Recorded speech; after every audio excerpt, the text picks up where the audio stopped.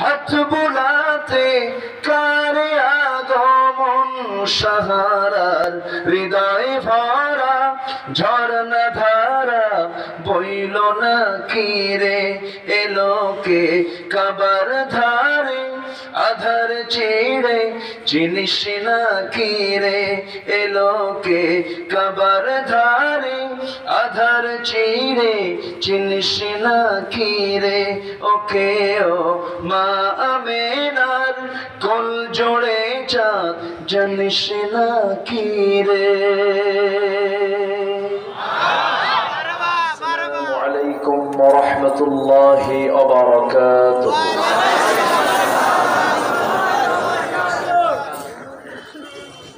إن الحمد لله الأكرم الذي خلق الإنسان وكرمه وعلمه من البيان ما لم يعلم فسبحان الذي لا يحصى امتنانه باللسان ولا بالقلم. نشهد أن لا إله إلا الله وحده لا شريك له ونشهد أن سيدنا وحبيبنا ومولانا محمدا عبده ورسوله الذي أرسله بالحق بشيرا ونذيرا وداعيا إلى الله بإذنه وسراجا وقمرا منيرا. فقد قال الله تعالى في كلامه المجيد وفرقانه الحميد: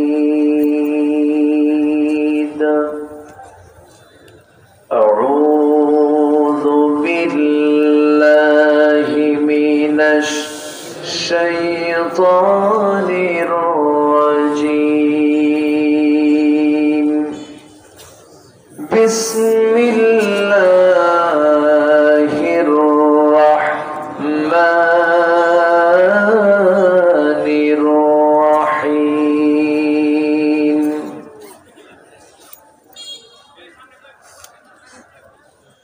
ألف لام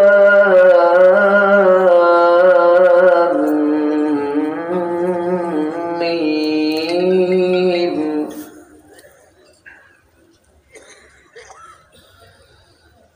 أحسب الناس أن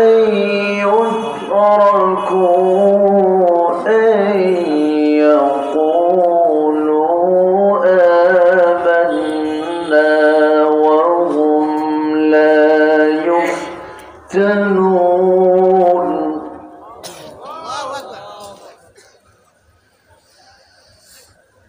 ولقد فتنا الذين من قبلهم فليعلمن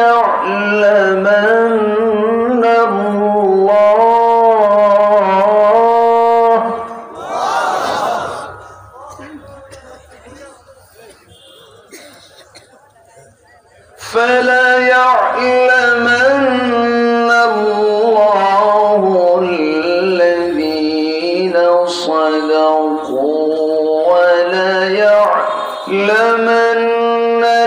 الكاذبين.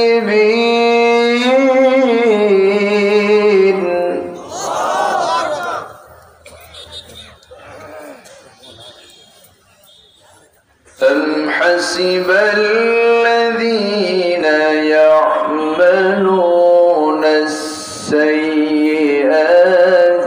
أن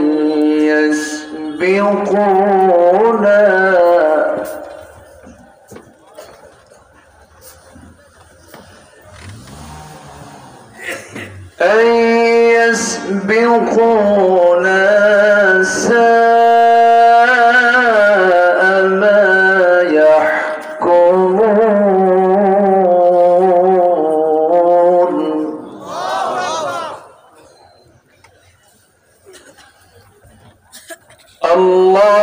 أكبر بسم الله الرحمن الرحيم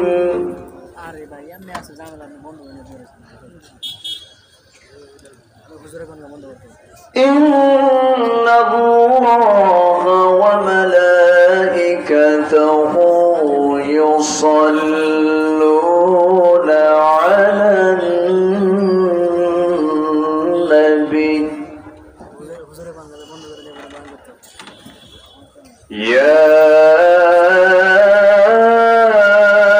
أيها الذين آمنوا صلوا عليه وسلموا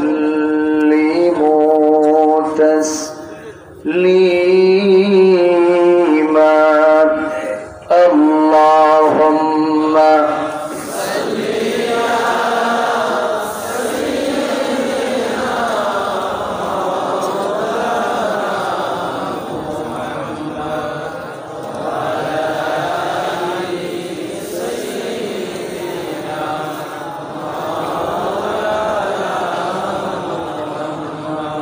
একটু আওয়াজ দিয়ে নবীর প্রেমে মাতোয়ারা হয়ে জবান খুলে সবাই বলুন আল্লাহুম্মা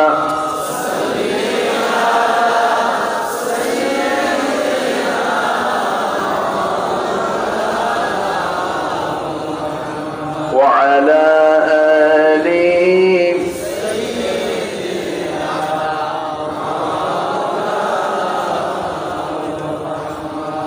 জীবনে কখনো তুমি মিথ্যা বলনি তাই তো তোমায় পেতে কাঁদে ধরণী কাঁদে ধরণী তোমারই মতো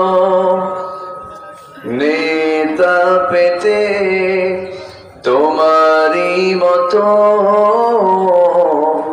নেতা পেতে পৃথিবী আকুল হে রসূল আল্লাহুম্মা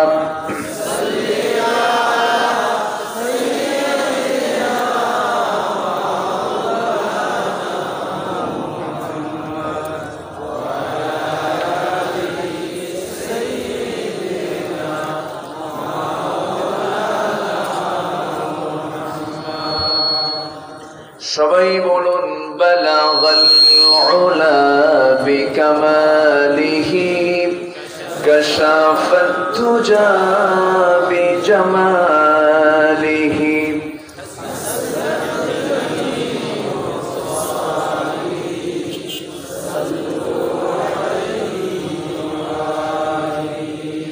مشرق حب محمد مطلع دیوان ما مطلع خورشید سقاس سینه سوزان ما بلغ العلا كشف الدجى بجماله حسنت جميع خصاله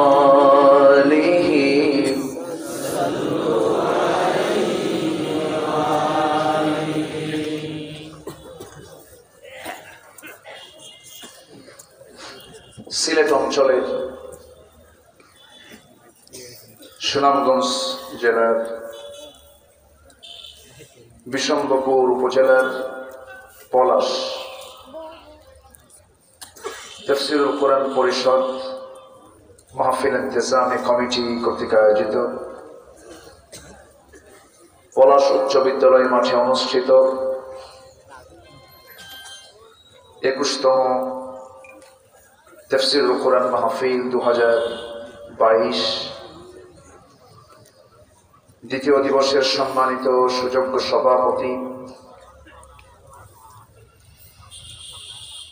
আজকের মাহফিলের বরেণ্য সাহেব সদর জনাব মাওলানা আব্দুল হামিদ, আজকের মহতি আয়োজনের সম্মানিত আমন্ত্রিত মেহমান, মাননীয় উপজেলা চেয়ারম্যান মহোদয়, পলাশ ইউনিয়ন পরিষদের সম্মানিত সুযোগ্য চেয়ারম্যান, নবনির্বাচিত চেয়ারম্যান জনাব আলহাজ সোহেল আহমদ সাহেব, উপস্থিত হাজরাত উলামায়ে কেরাম, ফদলায়ে ইসলাম, সুশীল সমাজ, জাতির শ্রেষ্ঠ সন্তান শিক্ষক মণ্ডলী, জাতির বিবেক সাংবাদিক বৃন্দ, প্রশাসনের দায়িত্ব নিয়োজিত কর্মকর্তা বৃন্দ, আজকের মাহফিলের প্রধান আকর্ষণ যাদেরকে নিয়ে আজকের এই সাজানো একটা আয়োজন, তাওহীদের পতাকাবাহী, কালেমার ঝান্ডাবাহী, দ্বীন ইসলামের নরসারদুল বীর মুজাহিদ, প্রাণপ্রিয় সম্মানিত দ্বীনি ভাইরা, আড়ালে বসে আছেন শ্রদ্ধেয়া সম্মানিতা মা বোনেরা।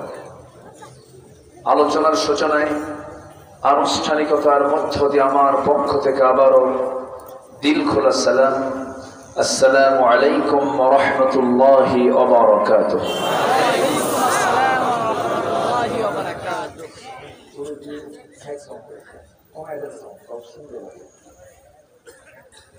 সবাই কেমন আছেন? আপনি কেমন আছেন? আমাকে প্রশ্ন করলেন যে আল্লাহর মেহেরবানি, আল্লাহ তাআলা আমাকে অনেক অনেক ভালো রেখেছেন। আলহামদুলিল্লাহ। দেখার জন্য দুটো চোখ দিয়েছেন, শোনার জন্য দুটি কান দিয়েছেন,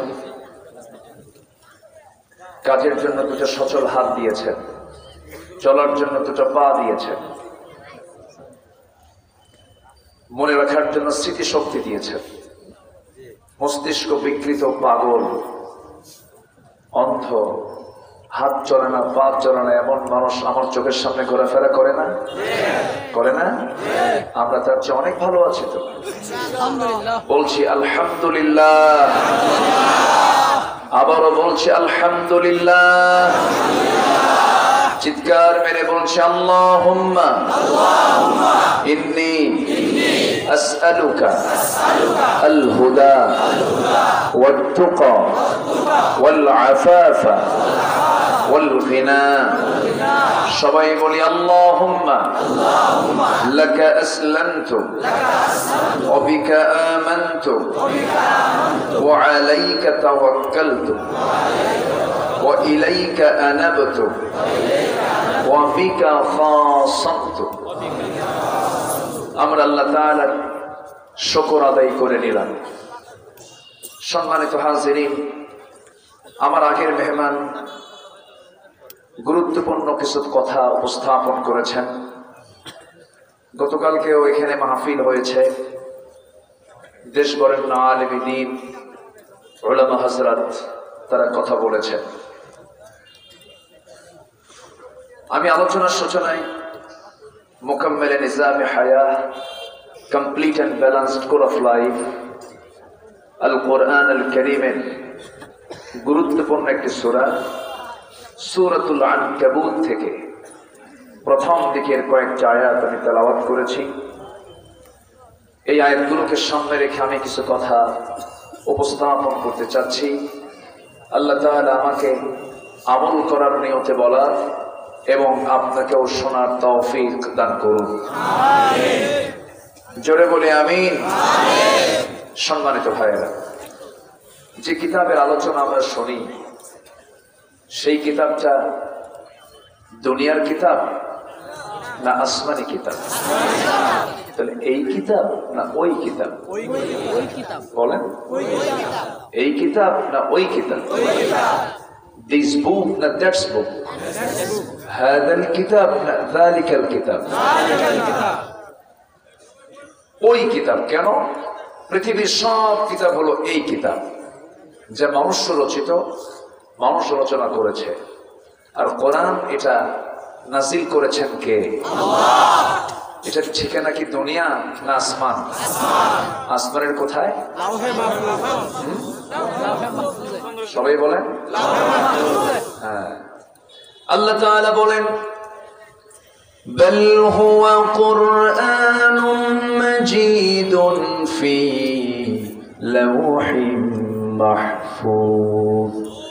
এটা হলো মর্যাদার সম্পন্ন একটি কিতাব, যার ঠিকানা দুনিয়ার কোনো ঠিকানা নয়, যার ঠিকানা হতেছে লাউহে মাহফুজ। জোরে বলি সুবহানাল্লাহ। তাহলে সব কিতাব একরকম, এই কিতাবটা ভিন্ন রকম।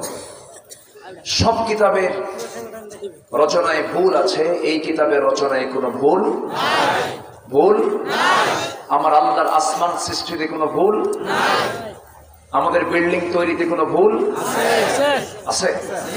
ভুল হয় না কি? এখানে এই কলামটা ভুল হয়েছে, এখানে এই ডিজাইনটা ভুল হয়েছে, আমাদের শুধু ভুলে ভুলে ভরা।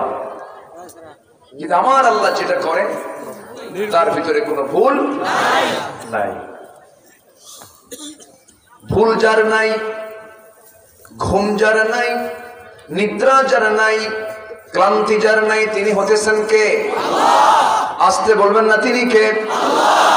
এক কথায় তার পরিচয় হলো, সবাই বলুন কুল হুয়াল্লাহু আহাদ আল্লাহুস সামাদ লাম ইয়ালিদ ওয়া লাম ইউলাদ ওয়া লাম ইয়াকুল লাহু কুফুয়ান আহাদ। আল্লাহ দুই না এক। আল্লাহ পরনির্ভর না স্বনির্ভর? আল্লাহ কি কারো কাছে চান? কারো কাছে যেতে হয়? আমরা যাই? লাগে না? কেউ কারো ছাড়া বাঁচে? সবাইকে লাগে। পৃথিবীর যত সুপ্রিম পাওয়ার হোক না কেন, জো বাইডেন তার লাগে আরেকজনকে, দামোদর দাস নরেন্দ্র মোদী তারও লাগে অন্যজনকে।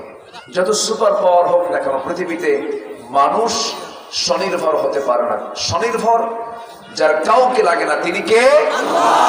আল্লাহ তাআলা। সেই মহাপরাক্রমশালী আল্লাহ তাআলা তার সমস্ত বক্তব্যগুলো যে কিতাবে দিয়েছেন, সেই কিতাবটার নাম হতেছে আল কোরআন, যা আমরা শোনার জন্য হাজির হয়েছে। বলি আলহামদুলিল্লাহ। এই কিতাবের কোনো পরিবর্তন আছে? পরিবর্তন, সংযোজন, সংকোচন কোনো কিছু নাই। ওই যে লাউহে মাহফুজ থেকে আল্লাহ পাক পাঠিয়ে দিয়েছেন, আজ পর্যন্ত কোনো পরিবর্তন হয়নি, হবে না, পরিবর্তন কেউ করতেও পারবে না। কোরআন পরিবর্তন হওয়ার জন্য আসে নাই, কোরআন পরিবর্তন করার জন্য এসেছে। কোরআন পরিবর্তন ঘটায় দেবে।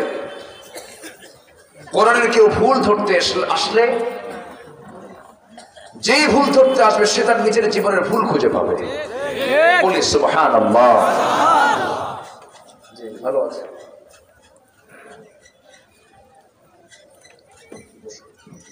ভালো আছে জি আলহামদুলিল্লাহ।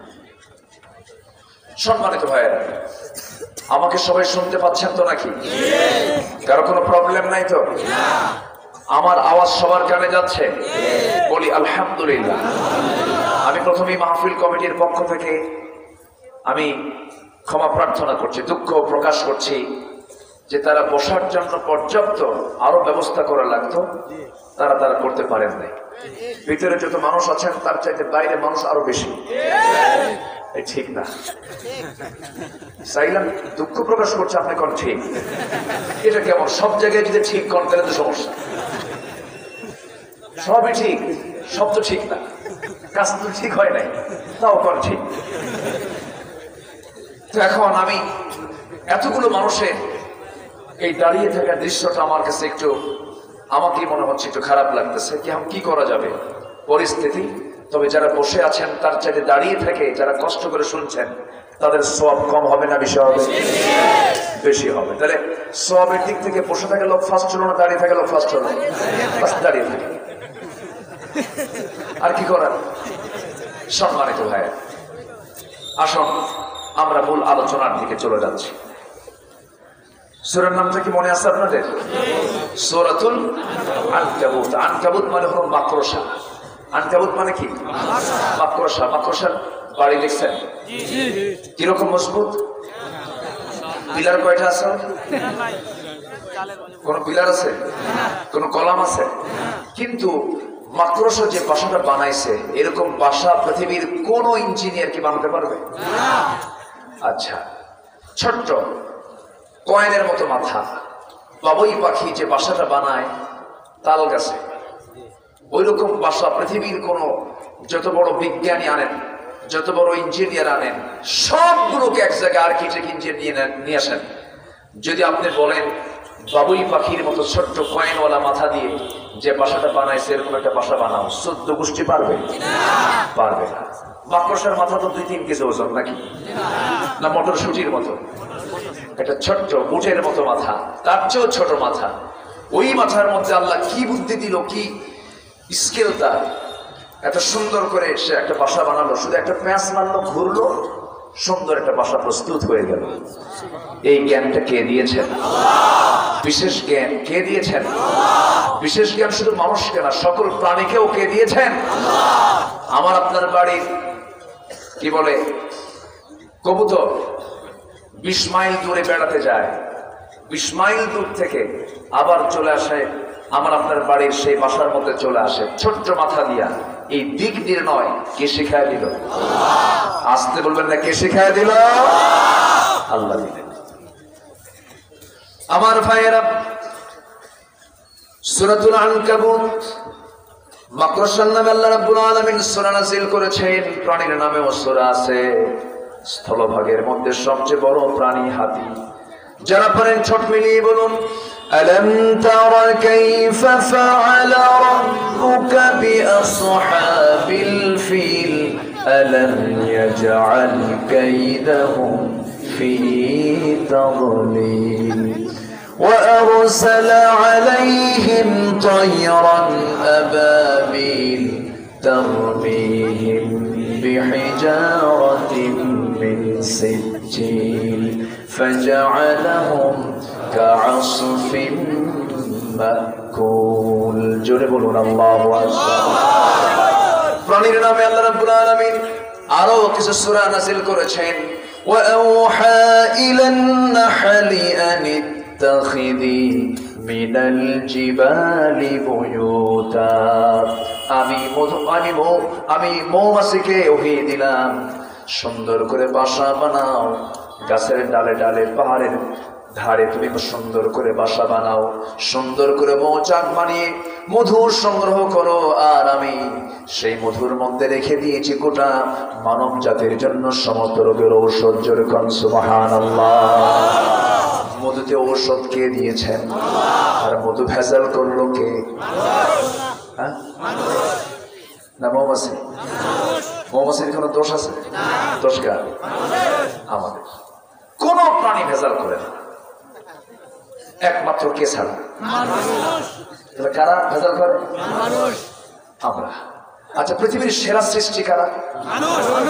পৃথিবীর সেরা সৃষ্টি মানুষ। আর সেরা ভেজালবাজ কারা? কষ্ট পাচ্ছেন নাকি আপনারা? কোন প্রাণী আল্লাহর জিকির করতে কি কৃপণতা দেখায়? এই পৃথিবীর যত প্রাণী আছে কোন প্রাণী আল্লাহর জিকির করতে কোনো কৃপণতা নাই। আল্লাহ তাআলা বলছেন আফাগায়রা দীনিল্লাহি ইয়াবগুনা ওয়া লাহু আসলামা মান ফিস সামাওয়াতি ওয়াল আরদ তাওআন ওয়া কারহা। ইচ্ছাই হোক অনিচ্ছাই হোক এই পৃথিবীর সমস্ত প্রাণীগুলো আল্লাহর কাছে তারা আত্মসমর্পণ করছে, তারা জিকির করছে। ওয়ালাকিন লা তাফকাহুনা তাসবিহাহুম, তোমরা তাদের পবিত্রতার জিকিরের কথা, পবিত্রতার কথা তোমরা ভাষা তোমরা বোঝো না। সমস্ত প্রাণীগুলো সব জিকির করে কার? আসতে বলবেন না কার? আর বান্দার মুখে জিকির বেশি না জিকির কম? কম। ইন্নাল ইনসানা লাকাফুর, মানুষ অতিশয় কৃতজ্ঞ। আল্লাহ তাআলা আরেক জায়গায় বলছেন ইন্নাল ইনসানা খুলিকা হালুআন ওয়া ইযা মাসসাহুশ শাররু জাযুআন ওয়া ইযা মাসসাহুল খায়রু মানুআন ইল্লাল মুসাল্লিন। মানুষ সৃষ্টিগতভাবেই তারা কৃপণ, ছোট মনটা তার খুবই সংকীর্ণ। যখন তার সামনে কোনো বিপদ চলে আসে তখন সে ঘাবড়ে যায়, আর যখন সে আল্লাহর পক্ষ থেকে কল্যাণ পায় তখন সে আল্লাহ কি ভুলে যায়। আছে না নাই? যখন বলা হয় তুমি এত কিছু পাইছো, আল্লাহর নিয়ামত শুকর আদায় করো, আরে আমি তো চেষ্টা করে হয়েছি, এরকম আছে না নাই? আমার ভাইয়েরা, এমনটা হওয়া যাবে না। তবে হ্যাঁ, যে সমস্ত বান্দাগুলো কোরআনটাকে ফলো করবে, কোরআনটাকে মেনে চলবে, নামাজটা ঠিক মতো আদায় করবে, আল্লাহর গোলামি যারা করবে তারা এমনটা কখনো হবে না। তারা করবে কি? আল্লাহ তাআলা তাদের ব্যাপারে বলছেন, আল্লাহ তাআলা সুন্দর করে বলছেন, বান্দা শোনো, আমার যারা প্রকৃত বান্দা তারা চুপ থাকলে ফিকির করবে, কথা বললে জিকির করবে, চুপ থাকলে ফিকির, কথা বললে জিকির। আল্লাহ তাআলা সুন্দর করে বোঝায় দিচ্ছেন, আল্লাযীনা ইয়াযকুরুনাল্লাহা কিয়ামান ওয়া কুউদান ওয়া আলা জুনুবিহিম ওয়া ইয়াতাফাক্কারুনা ফী খালকিস সামাওয়াতি ওয়াল আরদ ربنا ما خلقت هذا باطلا سبحانك فقنا عذاب النار। জোরে বলুন আল্লাহু আকবার। ওই সমস্ত ইমানদাররা কি করে? যখন তারা দাঁড়িয়ে যায় জিকির করে, বসে থাকে জিকির করে, শয়নে জিকির করে, স্বপ্নেও জিকির করে, আর যখন চুপ থেকে যায় সেই সময় তারা আকাশ নিয়ে জমিন নিয়ে চিন্তা করতে করতে শেষ পর্যন্ত বলে ফেলে, আল্লাহ তুমি যা কিছু সৃষ্টি করেছো কোনো না কোনো কল্যাণের জন্য তুমি বানিয়ে দিয়েছো। জোরে বলি সুবহানাল্লাহ। তাহলে মানুষ কি চিন্তাহীন হবে না চিন্তাশীল হবে? চিন্তাহীন না চিন্তাশীল? মুসলমান, বিশেষ করে মুসলমান বিবেকহীন হবে না বিবেকবান হবে? বিবেকহীন না বিবেকবান? কিন্তু আমরা কি বিবেক অর্জন করলাম? কি বিবেক আমাদের মধ্যে কাজ করছে আজ? চোখের সামনে দুর্নীতি হয়, চুপ করে চেয়ে থাকি, আছে না নাই? চোখের সামনে চুরি হয়, চুপ করে চেয়ে থাকি। চোখের সামনে একটা নারী এবং পুরুষ অবৈধ মেলামেশা করে, আমরা চেয়ে থাকি।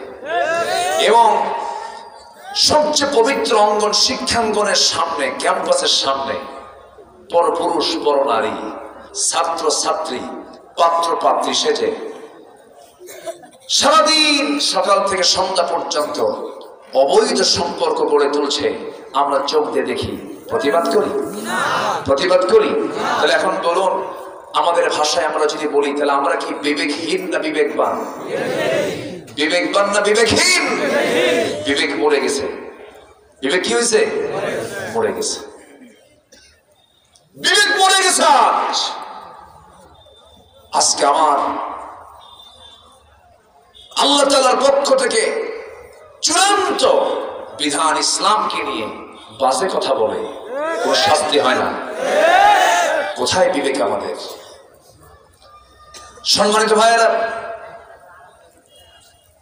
এই পৃথিবীর মালিককে, এই পৃথিবীর মালিককে, সে আল্লাহর দেওয়া দিন হচ্ছে ইসলাম। সে আল্লাহর দেওয়া দিন কি? ইসলাম। ইসলাম কার? কে দিয়েছেন? ইন্নাদ দীনা ইনদাল্লাহিল ইসলাম। সেই ইসলাম নিয়ে কত ওয়াজ হলো। মাঝে 3 মাস তো এক মন্ত্রী ওয়াজ করতে করতে নিচে কি করে নিচে উঠে পায় না। মাথা ফকফকে ইন্টারন্যাশনাল এয়ারপোর্ট।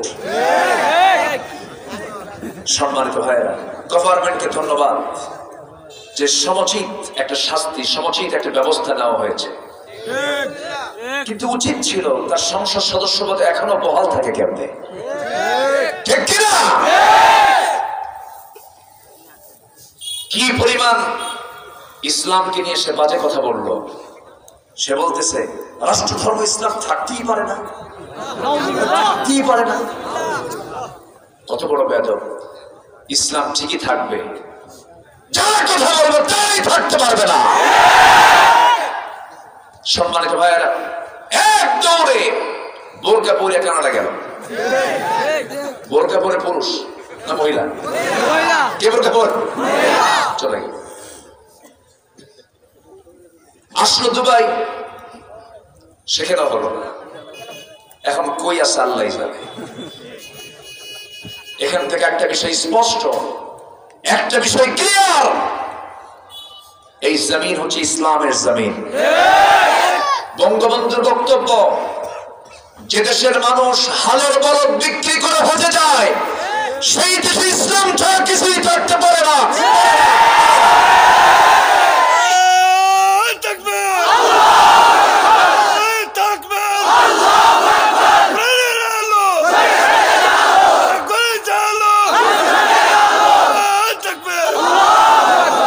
ইসলাম ছিল, আছে, থাকবে। আমরা থাকবো না, আমরা থাকবো না। ইসলাম ঠিকই থেকে যাবে। ইসলাম কারো বাবার না। সম্মানিত ভাইয়েরা, সেই ইসলাম যে মানে সে হলো মুসলিম। সে কি? আর ইসলাম যে মানে না সে মুসলিম হতে পারে না।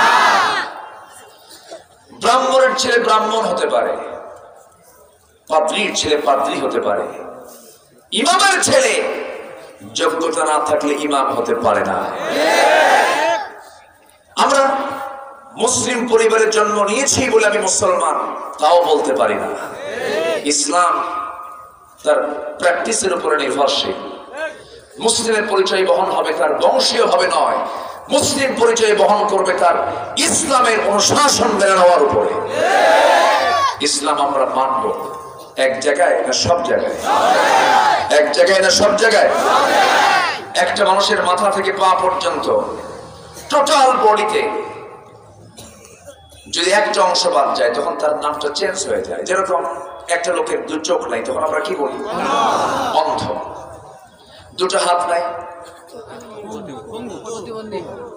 লুলা, অথবা কোনো একটা কিছু বলি অঙ্গহানি। দুটো পা নাই, ন্যাংরা বলি। আচ্ছা, এরপরে যে কথা বলতে পারে না তাকে কি বলি? বোবা বলি। যে কানে শোনে না, হ্যাঁ, হাটকালা হাটকালা হাটকালা হাটকালা, আচ্ছা হুটকালা কালা, একটা কিছু হবে তো বধির। খুব সুন্দর মানুষ আপনারা, প্রাণবন্ত। আপনাদের প্রাণ চাঞ্চল্য আমি লক্ষ্য করছি, বলি আলহামদুলিল্লাহ। এত সুন্দর আওয়াজ আপনাদের, এই আওয়াজের দরকার আছে এবং হাসি খুশি একটা ভাব আছে আপনাদের ভিতরে। কিছু কিছু লোক আছে হাসেও না কান্দেও না, আছে না নাই? ওদের বউরা মনে মনে করে এ মরবে কোন দিন। এটা হাসি খুশি থাকা দরকার। রাসূল হেসেছেন, রাসূলের চেহারা 24 ঘন্টা হাসতো। এটা খাবার নাই, দুঃখ, কষ্ট, যন্ত্রণা। 10টা বছর তো যুদ্ধ করেছেন তিনি 86টা। 10 বছরের যুদ্ধ হয়েছে কয়টা? 86টা। তাহলে ঘুম পাড়ার সময় আছে?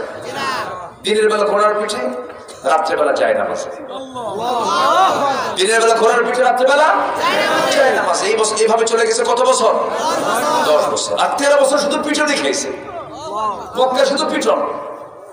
সাহাবায়ে কেরামকে যেখানে পায় সেখানে পিঠায়। মুরগি রানের মতো 2 টুকরা করে দেয়, দেশ ছাড়া করে দেয়, দেশান্তর করে দেয়, থাপড়া থাপড়ায়া গাল লাল করে দেয়, জমিনে ফেলে দিয়া নাকের উপরে খড়ম জুতো দিয়ে চাপা দিয়ে দেয়। এরকম করে গেছে সাহাবীদের 13 বছর মক্কায়, মদিনায় 10 বছর। ইসলাম কি এমনি আসে নাই? আমরা তো বংশের সূত্রে ইসলাম পাইছি। ইসলাম এত সস্তা না। আল্লাহ বলছেন ঈমান আনলাম, এতটুকুন বলবো, এতটুকুন তুমি বলে ফেললা আর আমি তোমাকে ছেড়ে দেব না, অসম্ভব। পরীক্ষা দিতে হবে। কার কথা? আসতে বলবেন না, কার কথা? আসুন লাইনে আসে, এটা ওয়াজের দিকে আসে। আমার কথা সবাই বুঝতে পারছেন তো?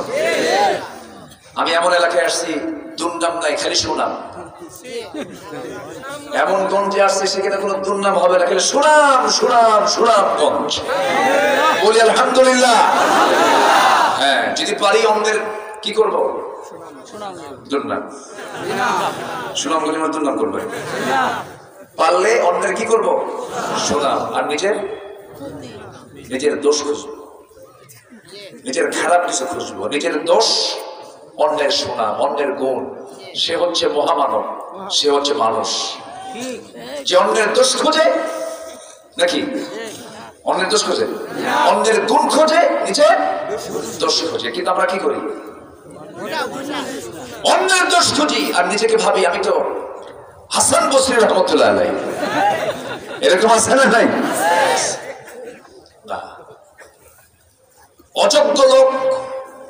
অযোগ্য লোকের কাজই হলো দোষ খুঁজে বেড়ানো। আর যার যোগ্যতা থাকে তার দোষ খোঁজার সময় নাই, সে কাজে ব্যস্ত থাকে। অযোগ্য লোক শুধু সমালোচনা করে, বসে তো কাম নাই।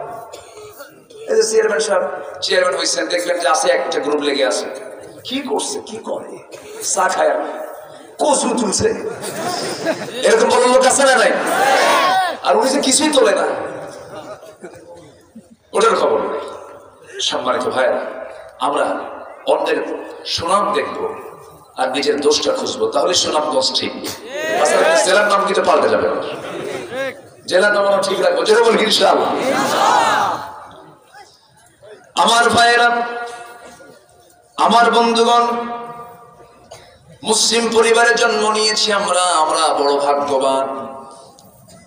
আমাদের পরিবারটা ইসলাম পেয়েছে, আমরা কালিমার শুনে পৃথিবীতে এসেছি। আমরা ডানকের আযান শুনেছি, বামকের ইকামত শুনেছি। 7 দিনের মাথায় আমার নামে আতিকা হয়েছে, আমার সুন্দর একটা নাম নির্বাচন করা হয়েছে। এত সুন্দর ভাগ্য আমার। কিন্তু সাইয়েদনা আবু বকর ইসলাম কবুল করেছেন 26 বছরে। আবু বকর সিদ্দিক রাদিয়াল্লাহু তাআলা আনহু ইসলাম কবুল করেছেন 37 বছর বয়সে। অনেক সাহাবী ইসলাম কবুল করেছেন 50, 60, 100 বছর বয়সে। আর আমরা জন্মসূত্রে আমরা ইসলামটা পেয়েছি, আমরা কত বড় ভাগ্যবান। অনেকে মনে মনে বলে, হারে এই যুগে জন্ম না নিয়ে যদি নবীর যুগে জন্ম হতো, নবীর সামনে বসে বসে তার আলোচনাগুলো শুনতাম, কতই না ভাগ্য ভালো হতো। আমি সেই সময় বলি, বেটা তুই যদি আবু জাহেলের দল করতি তাহলে কি হতো? সব শেষ। আমরা এমন দামি শ্রেষ্ঠ উম্মত হলে এই উম্মত এই নবীর উম্মত হওয়ার জন্য অনেক পয়গম্বর পর্যন্ত লালায়িত ছিলেন। একজন নবী মুসা আলাইহিস সালাম তিনি মাঝে মাঝেই বলতেন, আল্লাহ আমি যদি পয়গম্বর না হয়ে যদি শেষ জামানার পয়গম্বরের যদি উম্মত হতে পারতাম, নিজেকে ধন্য মনে করতাম। এবং আমরা হলাম মধ্যমপন্থী জাতি। وَكَذَلِكَ جَعَلْنَاكُمْ أُمَّةً وَسَطًا لِتَكُونُوا شُهَدَاءَ عَلَى النَّاسِ। সূরাতুল বাকারা 143 নম্বর আয়াত। সূরা বাকারার আয়াত সংখ্যা হলো 286টি আয়াত। এর মাঝখানের আয়াতটা হলো 143 নম্বর আয়াত। আবার আয়াতের সঙ্গে অর্থেরও মিল আছে, সেটের সঙ্গে আয়াতের অর্থ মিল আছে। ঠিক মিডল পয়েন্ট আয়াতটা সেট করে বলছেন, তোমাদেরকে আমি মধ্যমপন্থী জাতি বানিয়েছি। জোরে বলে সুবহানাল্লাহ। আমার বন্ধুগণ, আমরা শ্রেষ্ঠ জাতি, আমাদের কিছু কাজ আছে। সেই কাজটাকে আল্লাহ তাআলা বলেছেন, কুনতুম খায়রা উম্মাতিন উখরিজাত লিন-নাসি তা'মুরুনা বিল মা'রুফি ওয়া তানহাউনা 'আনিল মুনকার ওয়া তু'মিনুনা বিল্লাহ। তোমরা শ্রেষ্ঠ জাতি, মানুষের কল্যাণের জন্য পৃথিবীতে পাঠানো হয়েছে। তোমরা কি করবে? সৎ কাজের আদেশ দেবে, অসৎ কাজের বাধা দেবে, সুদকে হারাম বলবে, জেনাকে হারাম বলবে, এবং বলবে চুরিকে হারাম বলবে, চুরি করব না, জেনা করব না, ডাকাতি করব না, সুদ খাবো না, কাউকে সুদ খেতেও না। আস্তে কম কেন? কাউকে সুদ খেতে দেব, কিন্তু আমার দেশে সুদ আছে না নাই? সুনামগঞ্জে নাই? সুনামগঞ্জে সুদ আছে? সুনাম থাকলো না? সুদ আছে? আচ্ছা, এই মুহূর্তে কিন্তু কেউ ওঠা যাবে না, উঠলে কিন্তু ভাববো ওঠে সুদ খায়। খুব চিন্তা ভাবনা করে থাকতে হবে।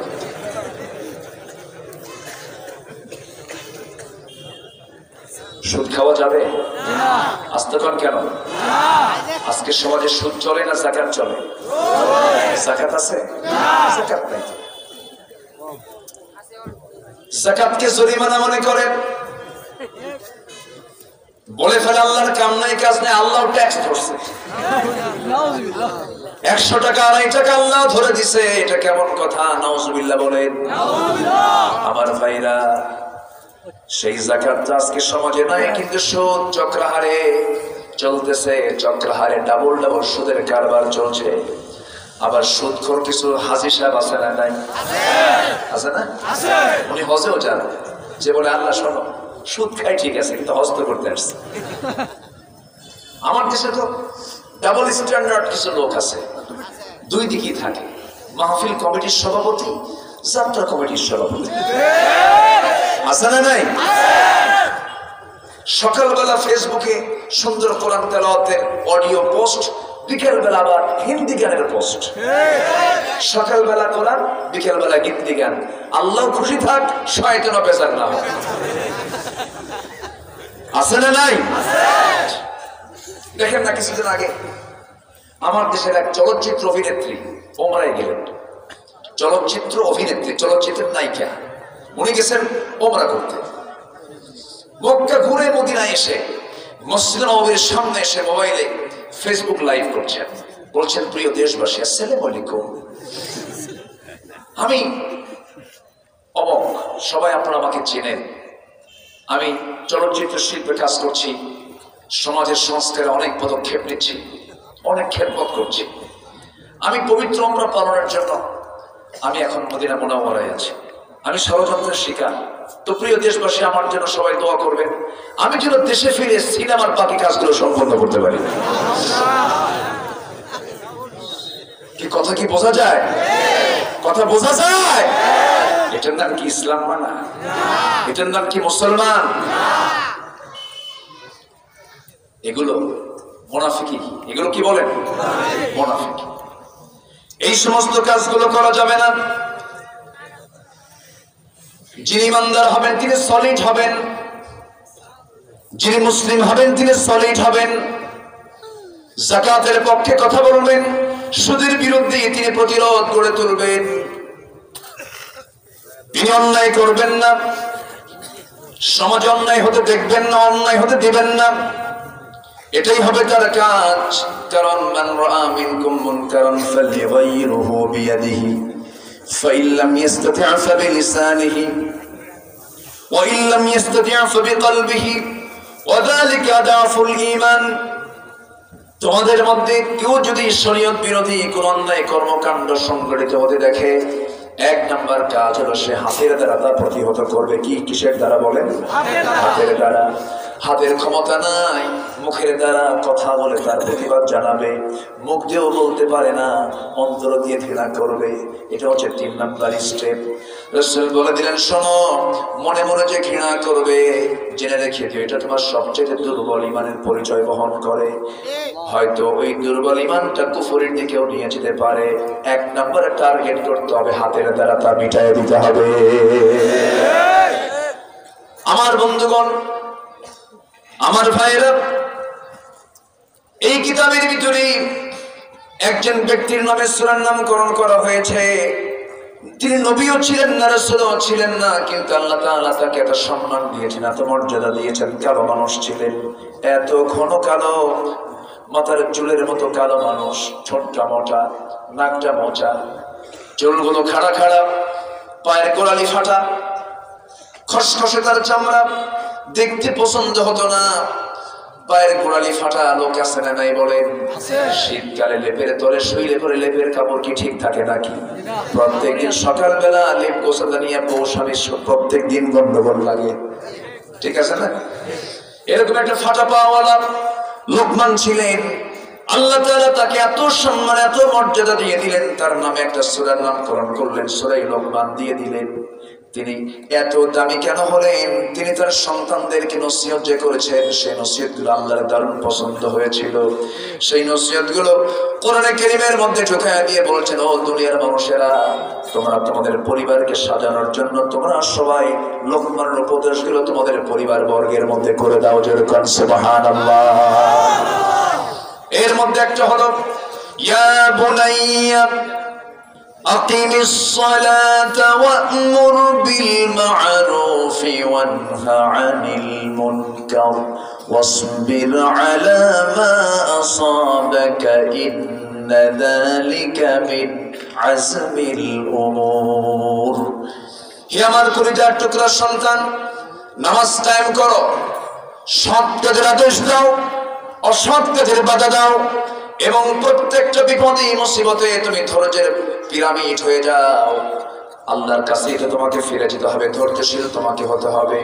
এত সুন্দর করে যদি আমরা প্রত্যেক পিতা মাতা যদি সন্তানদেরকে নসিহত করতাম, সমাজটা জান্নাতের টুকরা হয়ে যেত। এই পৃথিবীর প্রত্যেকটা পিতাকে আল্লাহ পাক দেখতে চান লোকমানের মতো। কার মতো বলেন? লোকমানের মতো। কিন্তু আজকে এমনও পিতা আছে, সন্তানকে পিস্তল দিয়ে বলে, ওরে গুলি করে ফাটায় আয়, আছে না নাই? আসতে বলবেন না, আছে না নাই? ওই জায়গায় সন্ত্রাসী কর্মকাণ্ড করে আয়, ওই জায়গায় এরকম হাঙ্গামা সৃষ্টি করে আয়। না না, এই সমস্ত কাজ মুসলিম কখনো করতে পারে না। মুসলমান চলতে নিলে ফিরতে নিলে সবকিছু করতে গেলে সবার আগে প্রাধান্য দিবে সে ইসলামকে। সে জীবনটা সাজাবে কি দিয়া বলেন? আসতে বলবেন না, কি দিয়া? কোরআন দেশে সাজাবে, ইসলাম দেশে সে নিজের জীবনটাকে সাজাবে। আমার বন্ধুগণ, সেই ইমান সেই ইসলাম যারা গ্রহণ যারা করেছি, সেই ইমানদারকে সেই মুসলমানকে ডাক দিয়ে বলছেন, ও মুসলমানেরা, ও ইমানদারেরা, তোমরা কি মনে করছো শুধু আমান্না ঈমান এনেছি এতটুকুন বলেছি, এতটুকুন বললাম আর তোমাকে আমি ছেড়ে দেব? না না, অবশ্যই তোমাকে পরীক্ষা করা হবে। পরীক্ষার জন্য কথা বলে দিলেন কে? আসতে বলবেন না, কে? যার জীবনে ঈমান আছে তার জীবনে পরীক্ষা, আর যার জীবনে ঈমান নাই তার জীবনে কোনো পরীক্ষা নাই। ঈমান মানে কি? ঈমান মানে কি? পরীক্ষা। আমার বন্ধুগণ, পৃথিবীর প্রথম মানুষ আদম আলাইহিস সালাম জান্নাতের মধ্যে ছিলেন। জান্নাতের মধ্যে সময়গুলো কাটতেছিল, একা ভালো লাগলো না। জান্নাতের মধ্যে থাকতে থাকতে নিঃসঙ্গতা তার কাছে বিরক্ত মনে হচ্ছিল, কষ্ট মনে হচ্ছিল। আল্লাহ বললেন, আদম রে, তোমাকে একা আমি রাখবো না, তোমার জীবন সঙ্গিনী বানায় দেব। বাম পাজরের হাত থেকে হাওয়া আলাইহিস সালামকে বানায় দিলেন, সৃষ্টি করলেন, তার জীবন সঙ্গিনী বানায় দিলেন। দুজন মিলে জান্নাতের মধ্যে ভালোই থাকলেন। থাকতে থাকতে অর্ডার দেওয়া হলো, নিষিদ্ধ এলাকায় যাবে না, নিষিদ্ধ বৃক্ষের কাছে যাবে না। কিন্তু ওয়াসওয়াসায় ফেলে দিল কে? আসতে বলবেন না, কে? শয়তান জান্নাতে গিয়ে আমার বাপ মাকে ওয়াসওয়াসা দিতে পারে, সেই শয়তান তো সুনামগঞ্জ আসার সময় পায় না।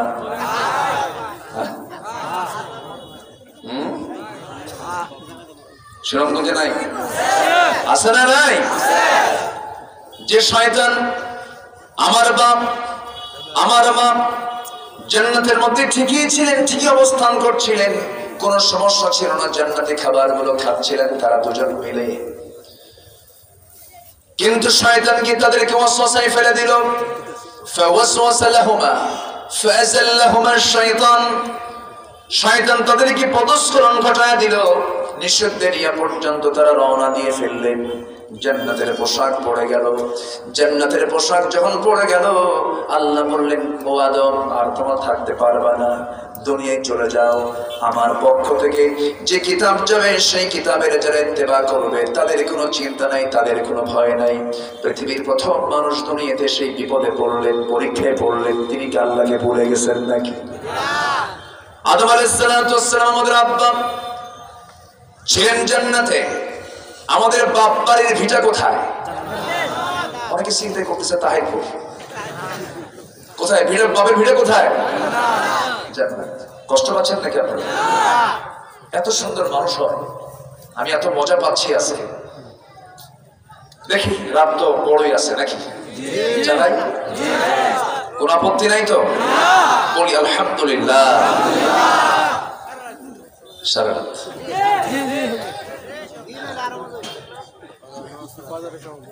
খুব ভালো মানুষ আপনারা, কিন্তু যদি বলা হয় এসব নামাজ পড়ছেন কয়জন, তাহলে তো শেষ। হুজুর ওয়াজ তো খুব মজা লাগে, কিন্তু নামাজ পড়তে হুজুর উজুর পানি খুব ঠান্ডা। আছে না নাই? এই ঠান্ডা মনে করায় দেয় কে? কে মনে করায় দেয়? তার শয়তান। তার শুধু জান্নাতে না, সুনামগঞ্জেও। আমার ভাইয়েরা, আদম আলাইহিস সালাতু ওয়াস সালাম দুনিয়াতে পরীক্ষার মধ্যে পড়ে গেলেন। কেমন করে পরীক্ষার মধ্যে পড়ে গেলেন? আদম ছাড়া হাওয়া বাঁচে না, হাওয়া ছাড়া আদম বাঁচে না। স্বামী স্ত্রীর মধ্যে বন্ধনটা তৈরি করে দেন কে? যখন বিয়ে হয়ে যায়, বিয়ের পরে কিছু গন্ডগোল হয়, মন ধরাধরি কষাকষি হয়, কিন্তু বয়স যত বাড়ে, বুড়া বুড়ি হলে পরে মহব্বত কমে না বাড়ে? আসতে বলবেন না, কমে না বাড়ে? সেই সময় কি দৈহিক টান না মনের টান? যৌবনের দেহের টান, যৌবনের দেহের মনের দুইটাই টান থেকে যায়। কিন্তু বুড়া বয়সে, বৃদ্ধ বয়সে বুড়া বুড়ির ভিতরে যে টানটা থাকে, সেই টানটা হলো মনের টান। বুড়ি চলে গেছে মেয়ের বাড়িতে বেড়াতে, বুড়া একা থাকে, ঘুম হয় না, ঘুম হয় না, শুধু এক পাশ থেকে আরেক পাশে যায়, আরেক পাশ থেকে আরেক পাশে যায়। ওই পর্যায়ে এক পর্যায়ে থাকতে না পেরে বুড়া ফোন দেয়, বুড়ি তুই কই গেলি রে, তাড়াতাড়ি আয়। ঠিক কিনা? এই টান কে দিয়েছেন? মাওয়াদ্দাতাও ওয়া রাহমাহ। আল্লাহ এই মহব্বতটা পয়দা করে দিয়েছেন। আদম আলাইহিস সালাতু ওয়াস সালাম জান্নাতের মধ্যে থাকলেন, আমার বাপ আমার মাকে নিয়ে থাকলেন, কিন্তু দুনিয়াতে এসে দুজন দুই জায়গায় পড়লেন। পরীক্ষা কি ছোট না বড়? আসতে পরীক্ষা ছোট না বড়? অনেক বড় পরীক্ষা। আরে আমার হাওয়া যেন কই গেল। ওইদিকে হাওয়া মনে করেন আমার আদম যেন কই গেল রে। দুজন দুই প্রান্তে পড়লেন, কিন্তু একটাবারের জন্য জিকির কি বলেছেন নাকি? আল্লাহর নাম বাদ দিয়েছেন নাকি? 300 বছর ধরে তিনি কান্নাকাটি করলেন। কয়শো বছর বলেন? 300 বছর। হায়াত পেয়েছেন 1000 বছর। কত বছর? 1000 বছর। 1000 বছর হায়াত পেলেন। 300 বছর কাটতেই চলে গেল। নূহ আলাইহিস সালাতু ওয়াস সালাম শুধু 900 বছর দাওয়াত দিয়েছেন। কত বছর? 900 বছর দাওয়াত দিয়েছেন। আগের যুগের মানুষ 1000 বছর পর্যন্ত বেঁচে থাকতো। এখনকার মানুষ কতদিন বাঁচে? সর্বোচ্চ নয় মুরব্বীর বয়স 80 বছর হবে নাকি? 80 বছর, 90 বছর, নয় সর্বোচ্চ 100 বছর। দুই পাশে দেখেন দুই যুবক আমার পাশে বসে আছে, বলেন আলহামদুলিল্লাহ। যুবকই তো। কিছু কিছু যুবক আছে সাইকেলের চাকা বাঁচলে ও বাবা, এরকম আছে না নাই? ওটাই বুড়া। আমার ভাইয়েরা, এই যে মুরব্বীদের বয়স 80 বছর 90 বছর হয়ে গেছে, এই হয়তো মৃত্যুর ডাকে কখন চলে যাবেন তারা, আমরাও চলে যেতে পারি।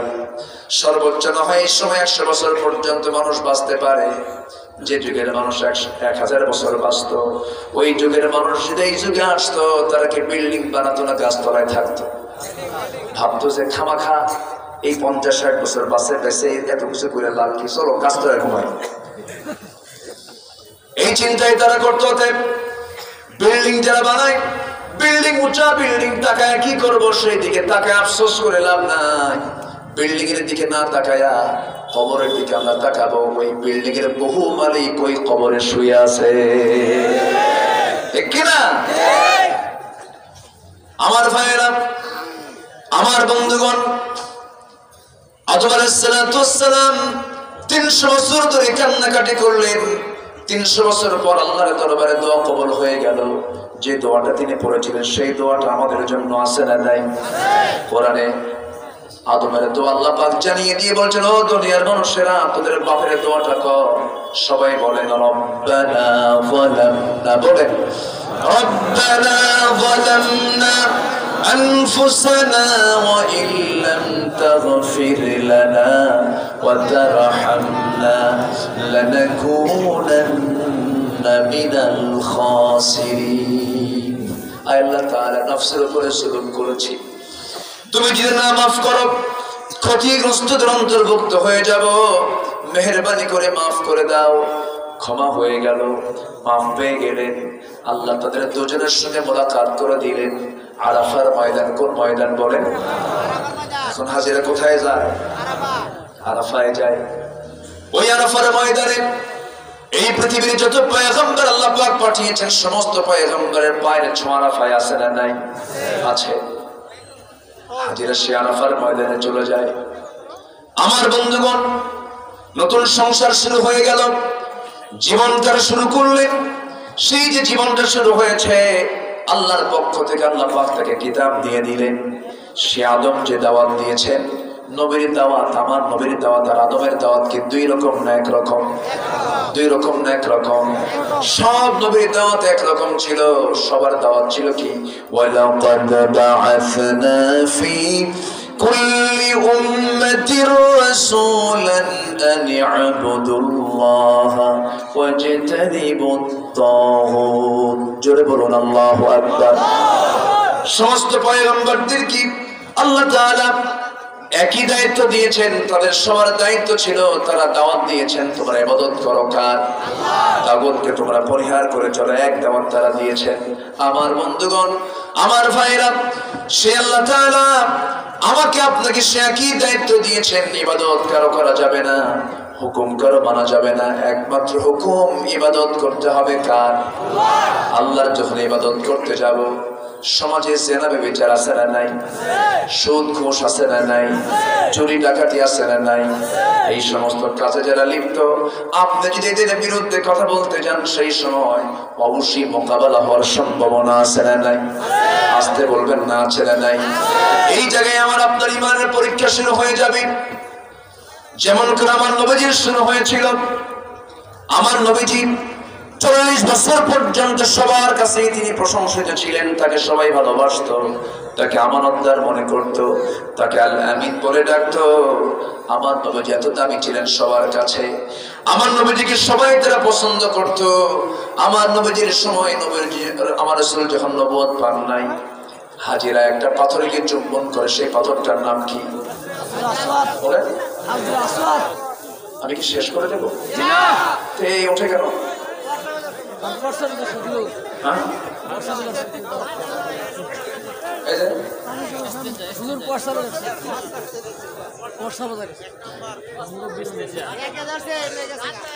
ও আচ্ছা, নিম্নচাপ। তাহলে তো সমস্যা। আমি কি শেষ করে দেবো নাকি? নিম্নচাপ মানে একজনের চাপ শুরু হলে তো আরেকজনের চাপ শুরু হয়ে যায়। যদি খুব যদি চাপ হয়, আমি মানা করবো না, একটু নখটা দেখাবেন, একটু বলবেন, সমস্যা নেই, দয়া করে। আবার মানে চাপ কিন্তু বহু প্রকার আছে। এটা নিম্নচাপ আর একটা ঊর্ধ্বচাপ। ঊর্ধ্বচাপ হলো বিড়ি খাওয়া চাপ। এ চাপ কিন্তু কম না। খোঁজের বস্ত্র ঠুকতেছে না মাথায়, মাথা হ্যাং হয়ে আছে, এটা টান দিলেই ফ্রেশ। আসলে এরকম আছে না? না, আমার দেশে বিড়ি খাওয়া মানুষ কম না বেশি? কি টানা টানে, শীতে আরো কমে না বাড়ে? এই চাষা দেখা উপায় নেই, এখন শুধু একটা মাঝে মাঝে খালি এরকম দেখাবে, বুঝলো? এখন ওয়াজে হবে, কি করবো?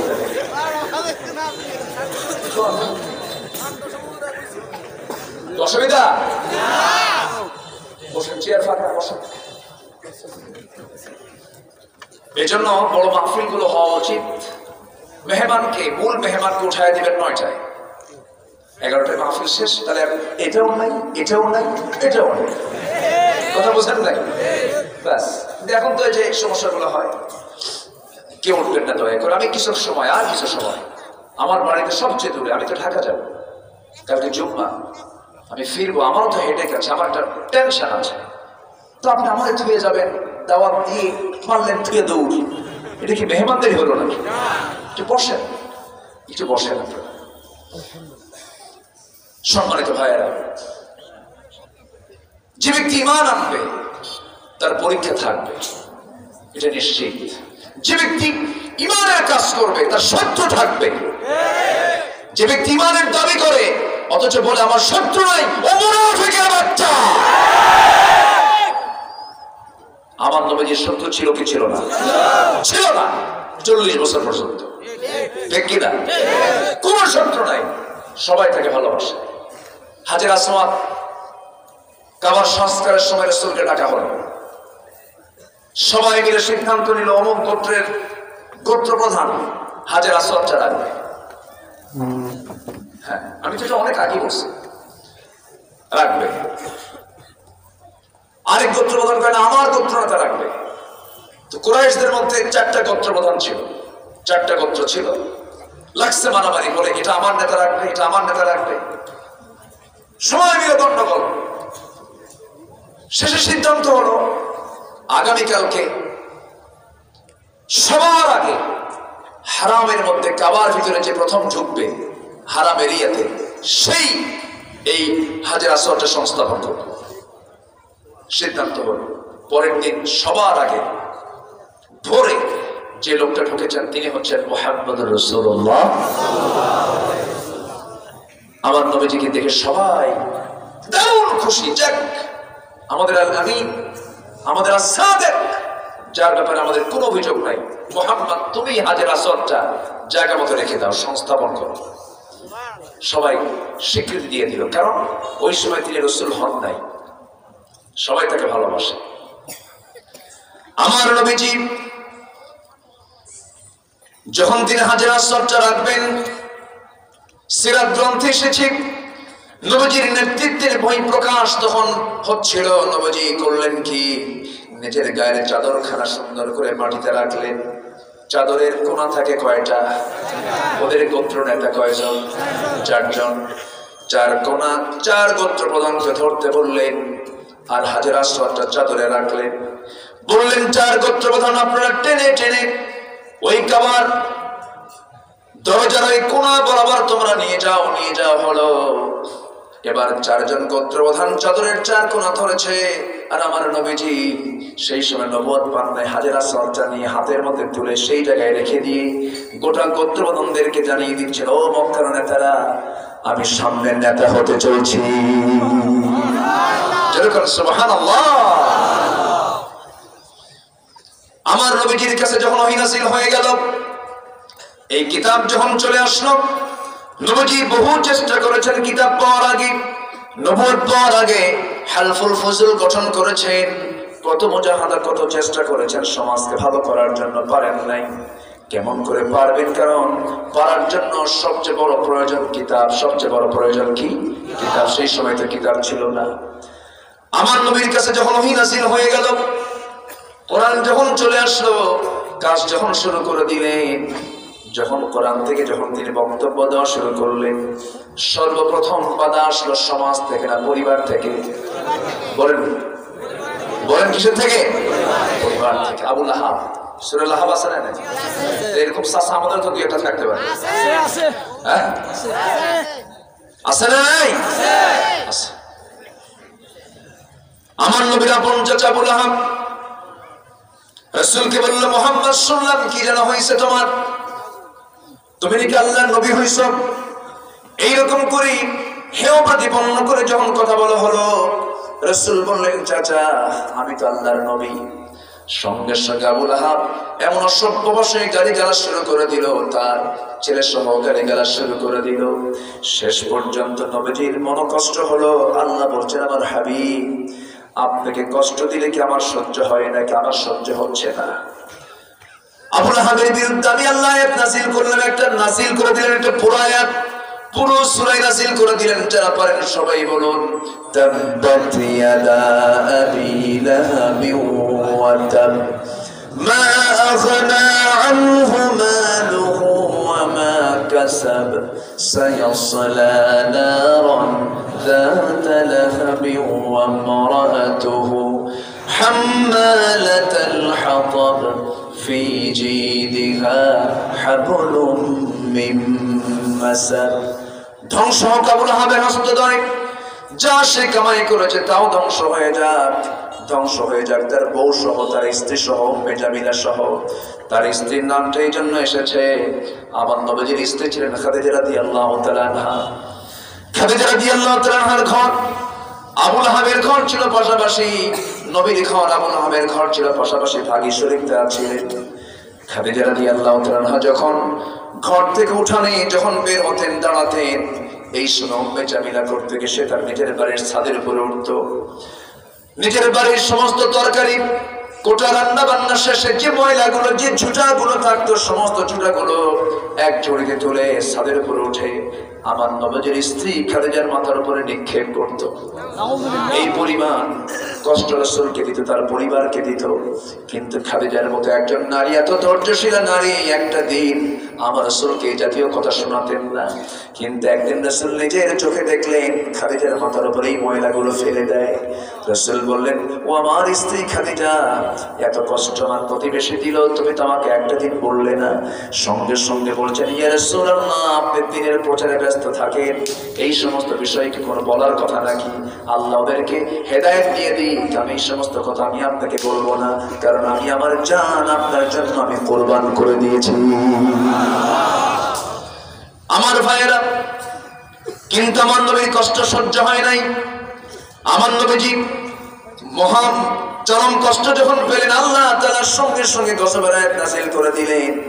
আমার বন্ধুগণ, আমার ভাইরা, ওই যে শুরু হলো পারিবারিক ষড়যন্ত্র, সামাজিক ষড়যন্ত্র, রাষ্ট্রীয় ষড়যন্ত্র, এবং রাসূলকে তার দ্বীনের পথ থেকে ফিরানোর জন্য অনেক প্রলোভন পর্যন্ত দেওয়া হলো। বলা হলো, মুহাম্মদ রে, ঘুম থেকে উঠলে তুমি আমাকে দেখো, আমি তোমাকে দেখতে পাই। ঘুম থেকে উঠলে সাক্ষাৎ মিলে যায়, অযথা বাপদার ধর্মের বিরুদ্ধে তুমি অবস্থান নেওয়ার কি দরকার? তোমারটাও থাকুক, আমারটাও থাকুক, আমি তুমি দুজন মিলেই থেকে যাই। আবু জেহেল এমন প্রস্তাব যখন দিয়ে ফেললো, সঙ্গে সঙ্গে রাসূল বললেন, ও মক্কার লিডার, আপনি আমাকে যে প্রস্তাবটা দিচ্ছেন, এই প্রস্তাবের বিরুদ্ধে আল্লাহ তাআলা আয়াত নাযিল করেছেন। কি আয়াত বলো? সঙ্গে সঙ্গে তিনি বললেন, ও আবু জেহেল শুনে নাও, কুল ইয়া আইয়ুহাল কাফিরুনা লা আ'বুদু মা তা'বুদুন ওয়া লা আনতুম আ'বিদুনা মা আ'বুদ ওয়া লা আনা আ'বিদুম মা আ'বাদতুম ولا أنتم عابدون ما أعبد لكم دينكم ولي دين। এই কথা বলার সঙ্গে সঙ্গে আবু জেহেল বলল, মুহাম্মদ শোনো, তুমি কি চাও? তোমাকে সব কিছু দেওয়া হবে, তোমাকে নারী দেওয়া হবে, তোমাকে গাড়ি দেওয়া হবে, তোমাকে সমস্ত ফ্যাসিলিটি দেওয়া হবে, তুমি যা চাবে সবকিছু তোমাকে দিয়ে দেব। মক্কার সুন্দরী নারী দেব, সমস্ত সুযোগ সুবিধা দিয়ে দেব। রাসূল সোজা কথা বলে দিলেন, ও মক্কার নেতা আবু জেহেল, ডান হাতে সূর্য বাম হাতে চাঁদ এনে দিলেও আমি ইসলাম থেকে নড়ব না। যেরকম সুবহানাল্লাহ, আরো জোরে সুবহানাল্লাহ। এই জাতীয় কথা যখন বলা শুরু করে দিলেন, সঙ্গে সঙ্গে আবু জেহেল বলে ফেলল, মুহাম্মাদের সজানগুলো কি উঠবে না, বুঝা যাব কেমন করে তোমার দিনটা নিভিয়ে দেওয়া যায়। আমিও শুরু করে দিলাম। নবীজি বললেন, তোমরা আমাকে কি করবে জানি না, তবে আমার শেষ নিঃশ্বাস থাকা পর্যন্ত আমি ইসলাম থেকে এক চুল পরিমাণ নড়ব না। সাহাবায়ে কেরামদের মাঝে দিনের দাওয়াত দেওয়া শুরু করে দিলেন। একজন কামান পঞ্চম ইসলাম গ্রহণকারী ব্যক্তি খাব্বাব ইবনুল আরাত রাদিয়াল্লাহু তাআলা আনহু ইসলাম কবুল করেছেন। ইসলাম কবুলের সংবাদ যখন মক্কার নেতারা জানতে পেরেছে, তিনি লোহাগুলো গরম করে লোহাগুলো পিটায় পিটায় তিনি অস্ত্র বানাচ্ছেন, জিনিসপত্র বানাচ্ছেন। সামনে গিয়ে দাঁড়ায় বলতেছে, খাব্বাব শুনতে পেলাম তুই নাকি ইসলাম কবুল করেছিস।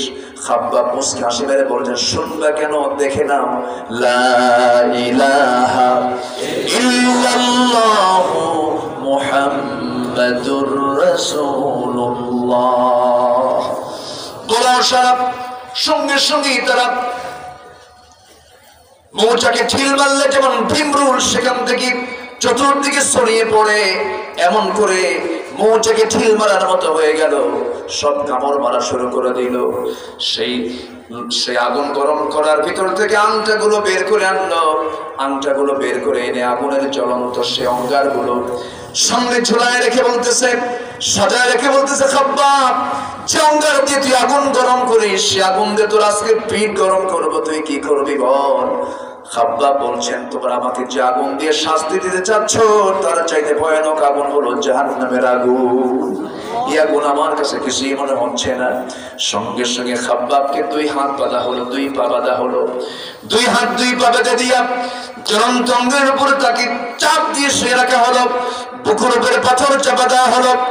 ওই অঙ্গারগুলো পিঠের ভিতরে ঢুকি, চর্বিগুলো গলে গলে পিঠের মধ্যে ঢুকে যাচ্ছে, চরম দুর্গন্ধ বের হয়ে যাচ্ছে, আগুন নিভে নিভে যাচ্ছে। কিন্তু খাব্বাবের মুখ থেকে একটা আওয়াজ বের হয় না। বলো বলো, খাব্বাব রে, তোর পিঠ তো শেষ হয়ে গেল, তুই এখনো সময় আছে, কি করবি বল। খাব্বাব বলছেন, তোমরা আমার পিঠ ফুটা কেন, তোমরা আমার যদি কলিজাও ফুটা করে দাও, কালিমার পর থেকে আমি খাব্বাবকে তোমরা এক মুহূর্ত আমাকে নড়াতে পারবে না। জোরে বলেন সুবহানাল্লাহ। খাব্বাব ইবনে আরাত রাদিয়াল্লাহু তাআলা কোনো মতো প্রাণে বেঁচে গেলেন। বেলালকে না কে না চেনেন, একজন কালো মানুষ ধরে তাকে তার মনিব উমাইয়া বলতেছে, শুনলাম তুই নাকি কালিমার স্বাদ গ্রহণ করেছিস। বেলাল বলছেন, আমার মনিব, আমি শুধু স্বাদ দিতে চাই না, তুমি আমার মনিব হবে, তোমার কল্যাণ চাই, তুমিও কালেমা পড়ো। সুবহানাল্লাহ। এই কথা বলার সঙ্গে সঙ্গে উমাইয়া খেপে গিয়ে রেগে গিয়ে থাপ্পড় মেরে জমিনে ফেলে দিল।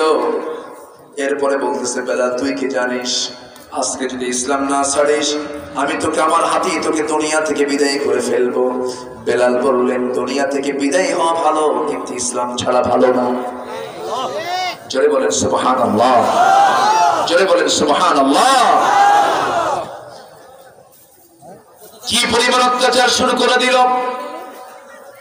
মারতে মারতে এক পর্যায়ে খেজুরের ডাল দিয়ে, খেজুরের পাতা দিয়ে পাকানো রশি দিয়া, যেই রশি দিয়া জীবজন্তু বাঁধা হয়, সেই রশি দিয়ে তার গলায় বেঁধে নিয়ে টেনে হেঁচড়ে নিয়ে গেল মরুর তপ্ত বালুতে।